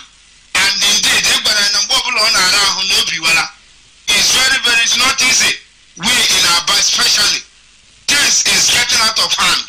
But indeed, God is fighting for our freedom together with you. I call that the same Tukokikabiyama, who never fail you, who brings you out from the hand of the enemy, take you back to Israel. I call him every minute of the day, that he should always give you wisdom, knowledge and understanding, to tell us what to do in order to help you to restore Biafra. This is Mazi Nnamdi signing off from Aba. Shalom, my leader. Shalom. Thank you very much. Thank you very, very much for that. I welcome it. Now that Okezi Bazu, with the help of his Fulani friends in the army and DSS, are abducting our people, nobody will say anything. Yoruba media will not say anything. Nobody's complaining. It's all normal. It's just part of governance. of an Igbo man to invite Fulanis to abduct his own people and kill them. It's all normal. The day we retaliate now, everywhere will start bubbling, more or less, with liars and deceivers all over the place, writing and chatting rubbish. Now that our people are being abducted on a daily basis, nobody's saying anything about it. They are daring us. They are daring us. I want Yoruba newspaper editors and journalists to be aware of what is happening with Nigerian army and our people in Biafra land. Abduction upon abduction, kidnapping upon kidnapping on a daily basis. This is from the government itself. A government dedicated to kidnapping people. A government of kidnappers. The world must bear us witness what Okezibazo, Umahi and their friends are doing. The day we retaliate, people will not start it from the beginning. I hope they take note of what is going on in our land today. Thank you for calling from Aba. Please, who's the next caller on the line?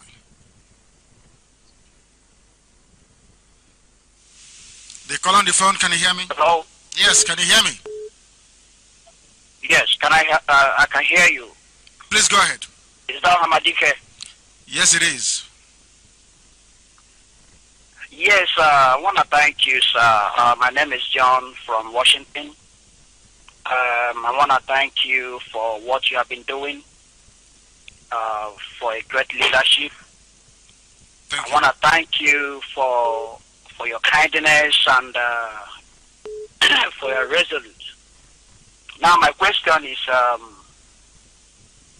I understand this is a peaceful agitation, but you know, when you look around the entire world that got their independence, I've never seen any country that got it peacefully. So, my question to you, do you think that the way you are going, that Nigerian government will allow Biafra to go? You know, we need to fight them. You know, maybe they think like the same way they did it, you know, years back when we fought together.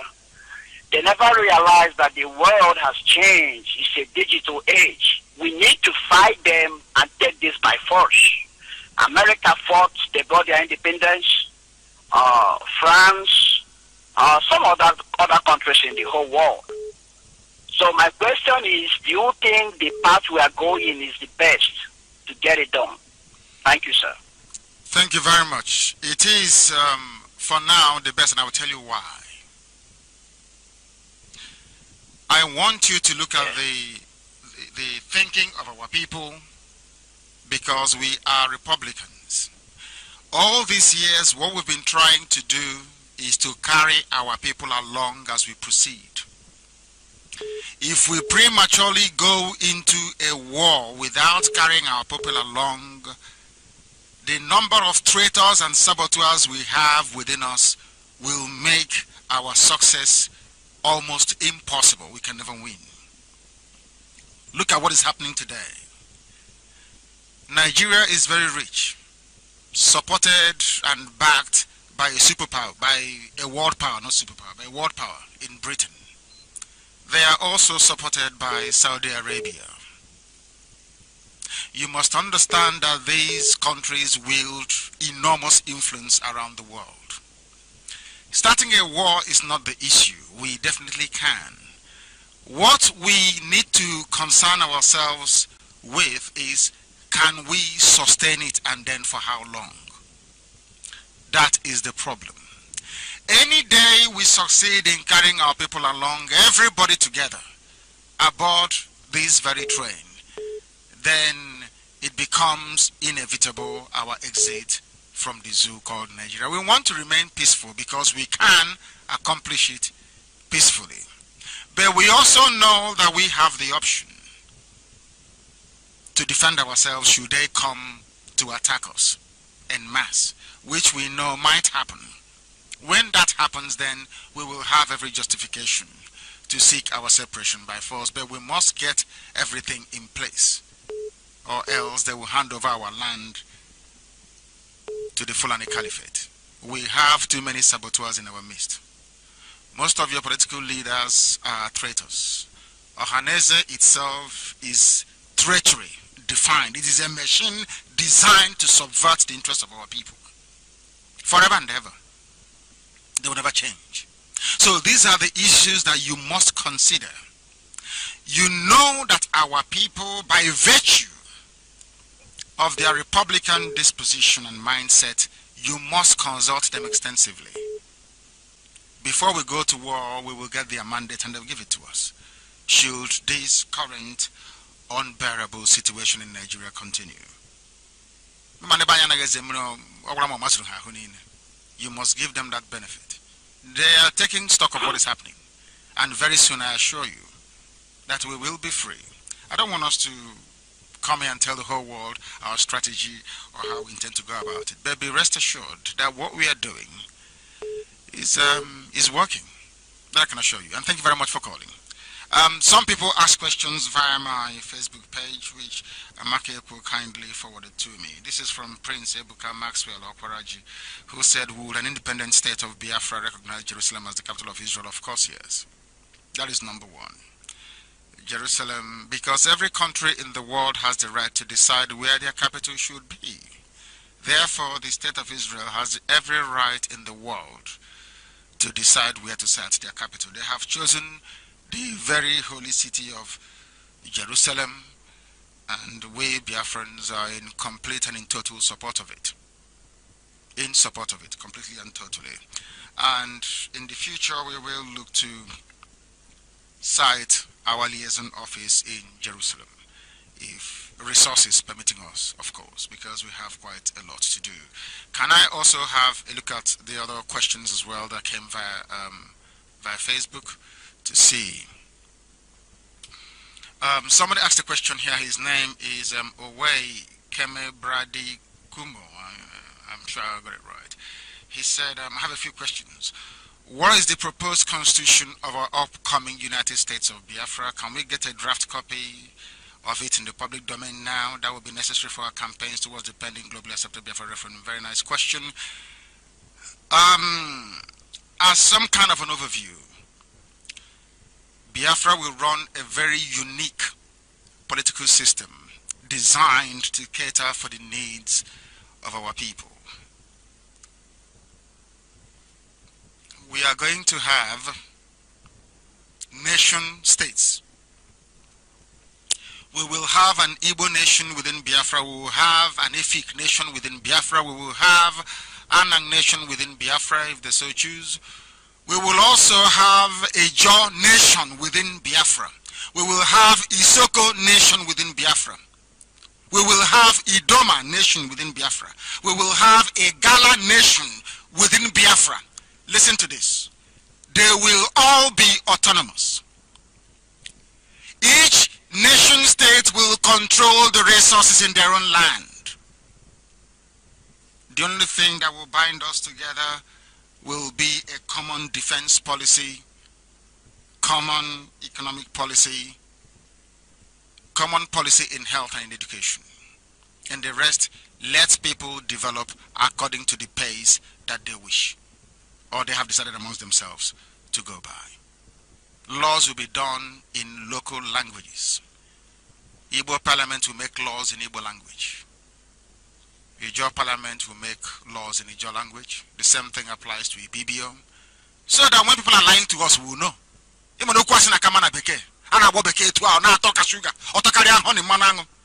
All lies. But you can't defeat, or you cannot bamboozle people when you're speaking the language they actually understand. What we're going to have in Biafra will be a brand new nation with new ideas and new ways of doing things. Our political arrangements will be geared towards addressing our core needs. Igbo land will have a prime minister. The same thing will happen to Ijaw. The same thing to Isoko, to Robo, to Ishekiri. Everybody will be autonomous from one another to develop at the pace that they like. That is the type of Biafra we are seeking to have. And that is the type of Biafra we are going to have.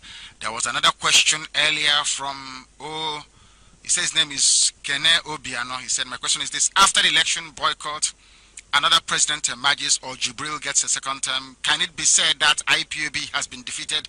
No, no, no, no, no. You must understand that. What we are playing is a long-term game rather. Garnering credibility all along as we go. We need to demonstrate during the presidential elections that Biafra land belongs. Things can things be worse than they are today? We are being killed, kidnapped every blessed day. So what? The only thing that may happen is a full-scale invasion, which is even better for us. Then the world will know that we are ripe to go, and then we go. So it doesn't really matter to us. It's just like asking the Israelites before they left Egypt, wouldn't they campaign for Pharaoh to be replaced? I mean, oh, come on. They hate us. That is the issue is not just about Nigeria. Nigeria, they hate us as a people.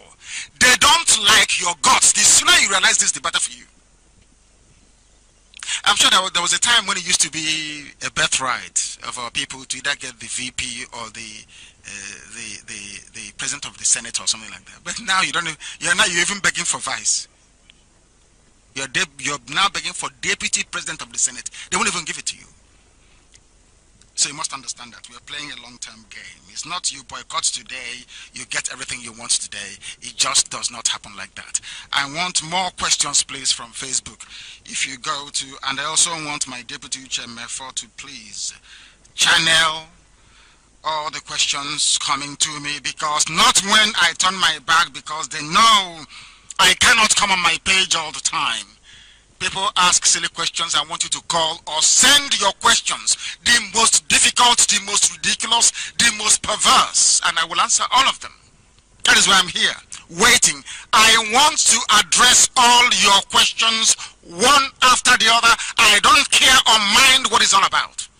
Ask and I will answer so that the whole world can hear. Because I have nothing to hide.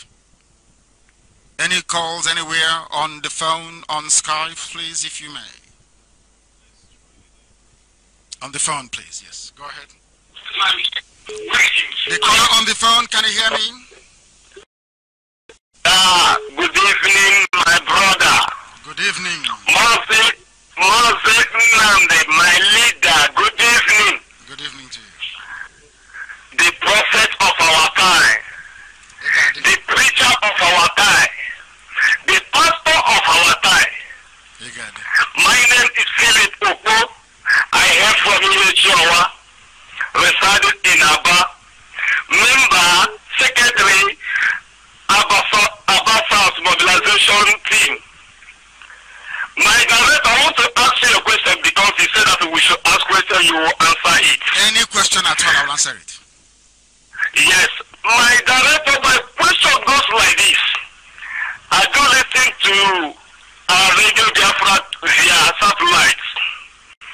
Now, for some months now, our radio here in Aba precisely is faulty that they do not on it again for us to hear it. There is a purpose that I lamented this. I have been lamented it all the whole platform. I have called Ike Peters. I have called Emmanuel Isimbidi. I have called Onyibe.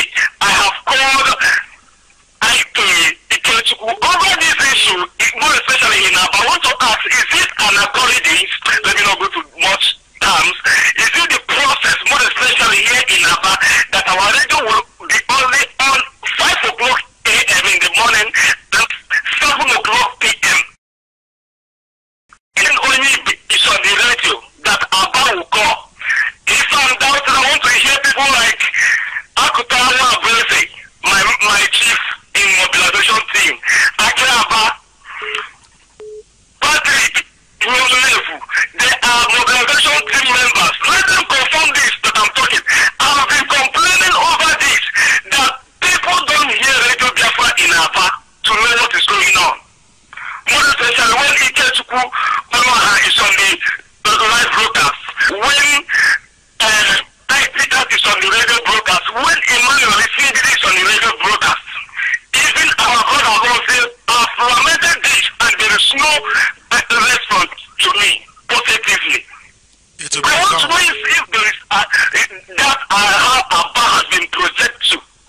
I will give you this assurance that I will make sure that all the issues and concerns you raise concerning our relay station in Aba is well tackled, and I thank you very much for this.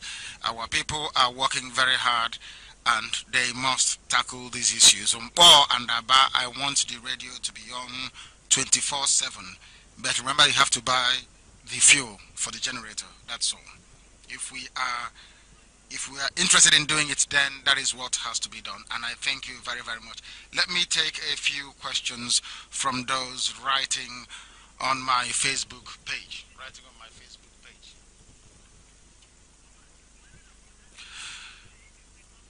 I can still hear some sound on the thing. Can you please cut out every other line, please?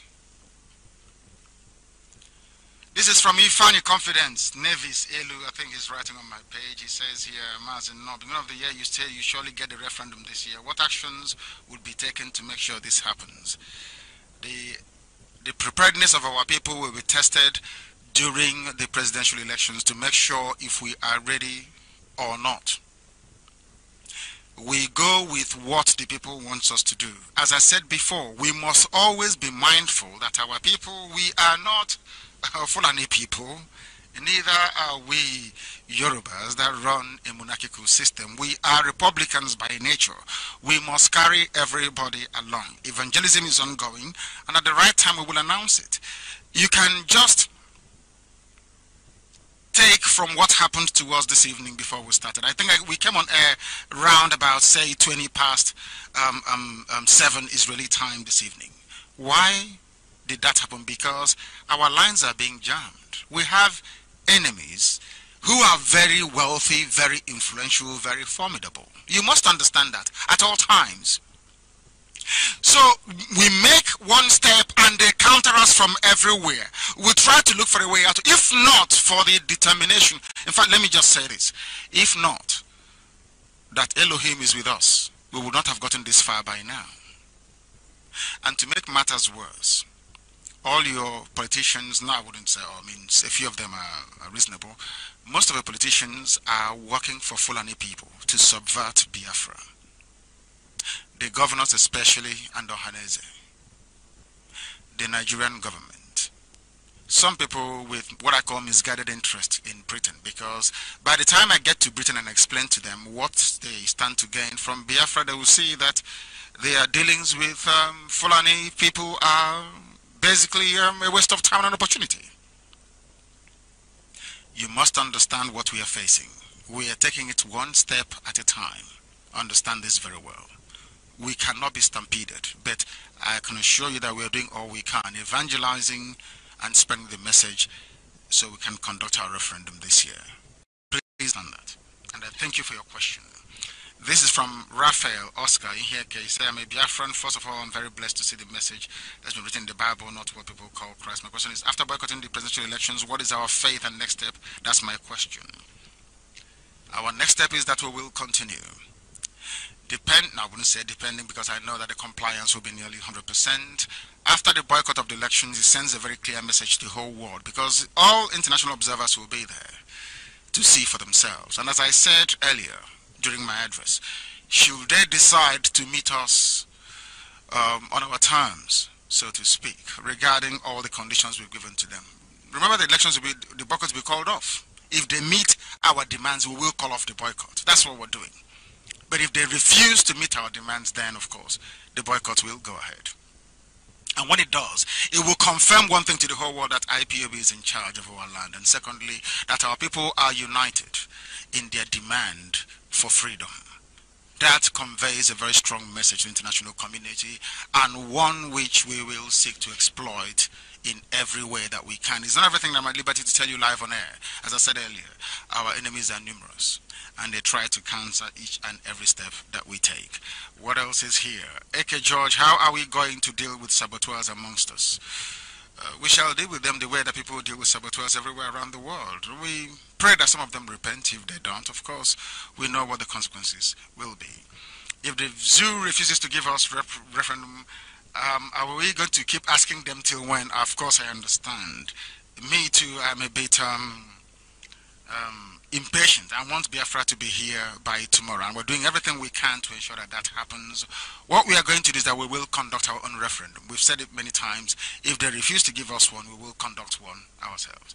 And this is from Kenneth Wilfred. He said here, can't we take Jubril issue to the international body than going to election with a foreigner? Of course, I recognize that. Remember our cases at the International Criminal Court, ICC. Let me tell you something that most people don't know. Because it is Biafra, and Biafra falls within Nigeria, which is British government's sphere of influence. Understand how this works. You cannot do anything pertaining to Nigeria without first clearing it with Britain, because that is their area of influence. They used to colonize Nigeria. So, in a very funny way, we are all British slaves. It sounds perverse, but it's true. They decide what happens. If Her Imperial Majesty Queen Elizabeth II chooses to set Biafra free, she can simply say, allow them to go, and we'll be gone. But I'm not sure anybody will do that quite soon. Our faith in Elohim stands for something. Our belief in Chukwukika Biama, the Supreme Creator, stands for something. And without him, we wouldn't have been here today. So I strongly believe, from the beginning, from the onset, by every message we've ever received, that Biafra will come by the grace of the Almighty in heaven, not through any man, not through what I say or what I do, but only by his grace. Because if Biafra doesn't come, then don't worry, there is no God in heaven. There is no Chukwukika Biama. That's what he said. If Biafra doesn't come, we shouldn't believe in him anymore. So there's no problem. That's why I know that Biafra will come, and we shall do everything within our powers to make sure that it comes. We have died, we have been in prison, some are still in detention right now being tortured, like Justice Uday, and many and all the rest of them, because of this. So we must lobby harder, so to speak. We must lobby. Let me give you a very simple assignment. I want you to find any organization in the world reputable that will handle the case for Biafra against Nigeria. It's just a simple assignment. Look all over the world and see if you succeed. Then you know what is facing us. But we are making headway. And I assure you, they can do whatever they like with Jubril. It wouldn't even be better to allow them to elect Jubril and then we expose him, isn't it? Subject the damn place to ridicule.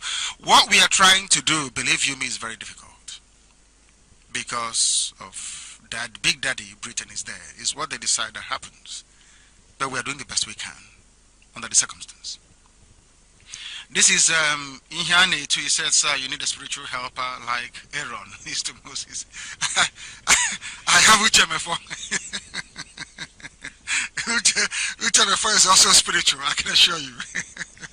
Yes, thank you very, very much. Chukwukika Biama knows best, and at the right time, people will come forward. I'm sure that I've answered some of the questions. This is from this Emeka Kenneth Ojukwu, my leader. After election boycott, what is the next move, sir? We boycott the elections, then we prepare for our referendum. We then steadily move to a government in exile, properly constituted, and then we do the next thing that comes after that as well. So we have a full program. But as I said earlier, we must carry our people along all the time. You know, some people say, oh, we are behind you, we are behind you. Also, if you look behind you, you see nobody. So I want to take everybody along with us very gently, and we must keep explaining to our people why where IPOB is leading them is the best place for them to be.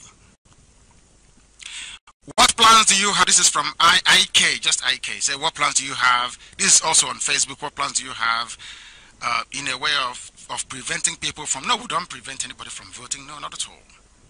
Not at all, no. We appeal because we are Republicans. You make your argument, we make our argument, and people will decide. That's what we do. We don't compel or force anybody to do anything. No, not at all.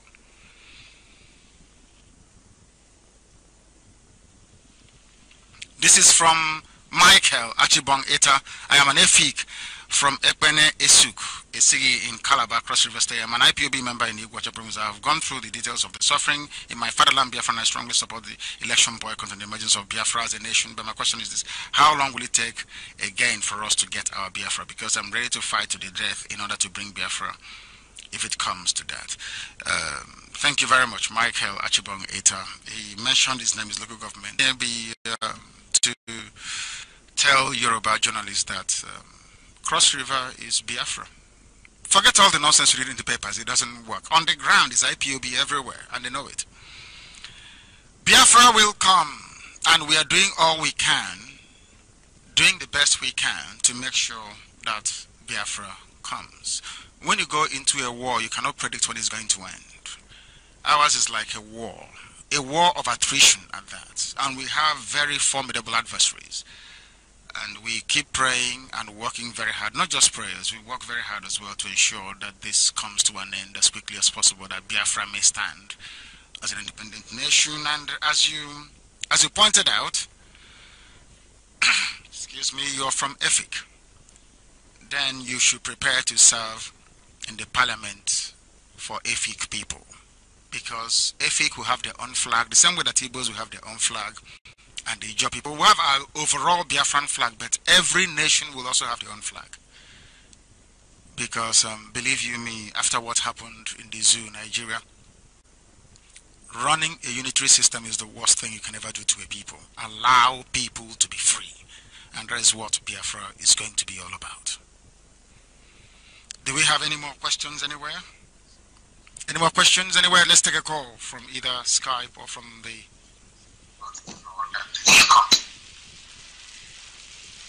Yes, please, the caller on Skype. Can you hear me? Yeah, Mazi, good evening. Good evening to you.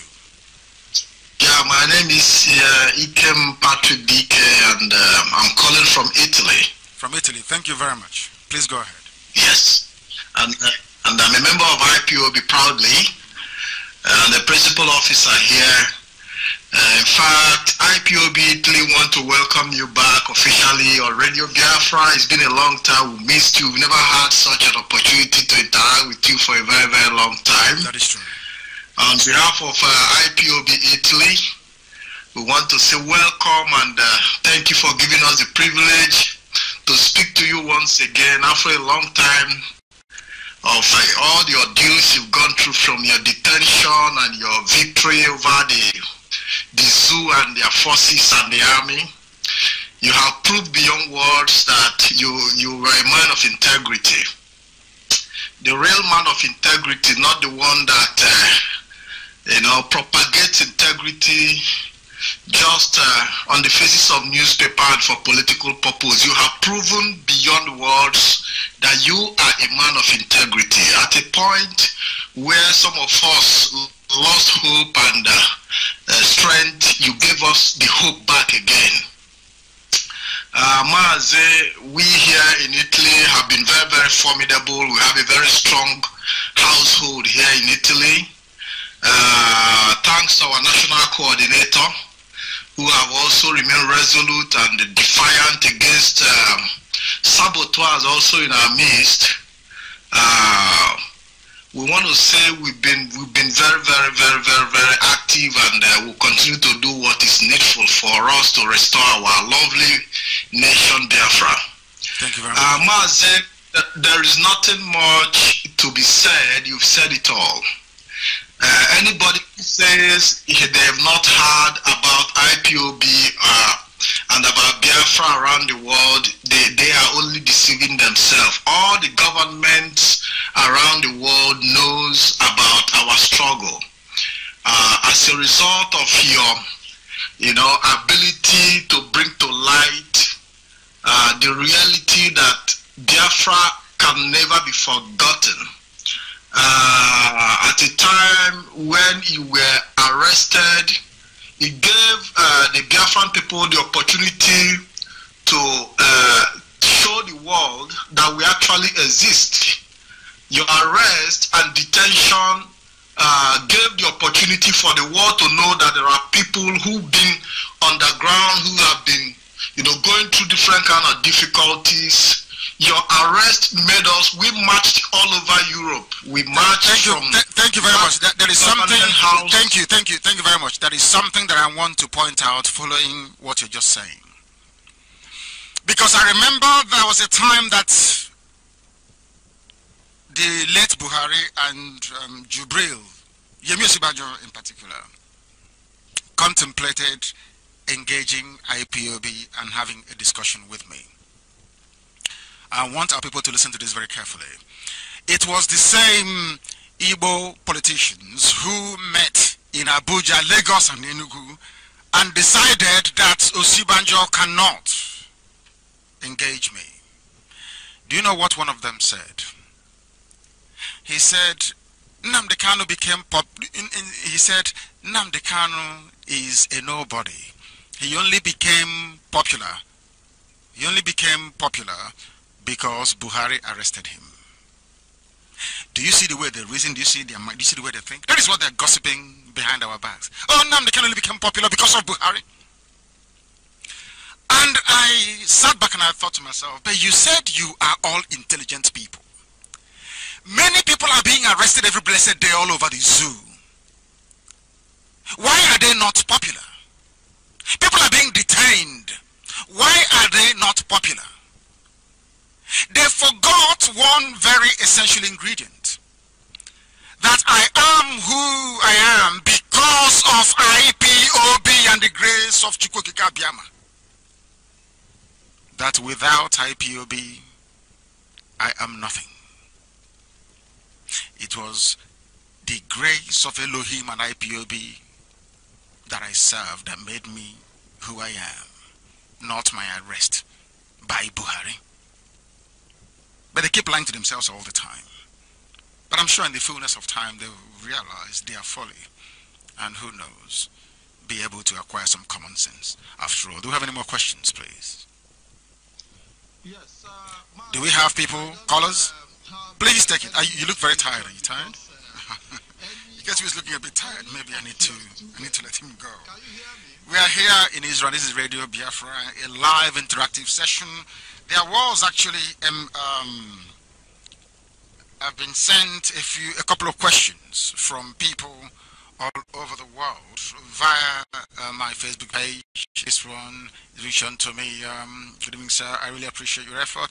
What is the fate of this Ohanese betrayal, Southeast governors and their likes in Abuja, Lagos?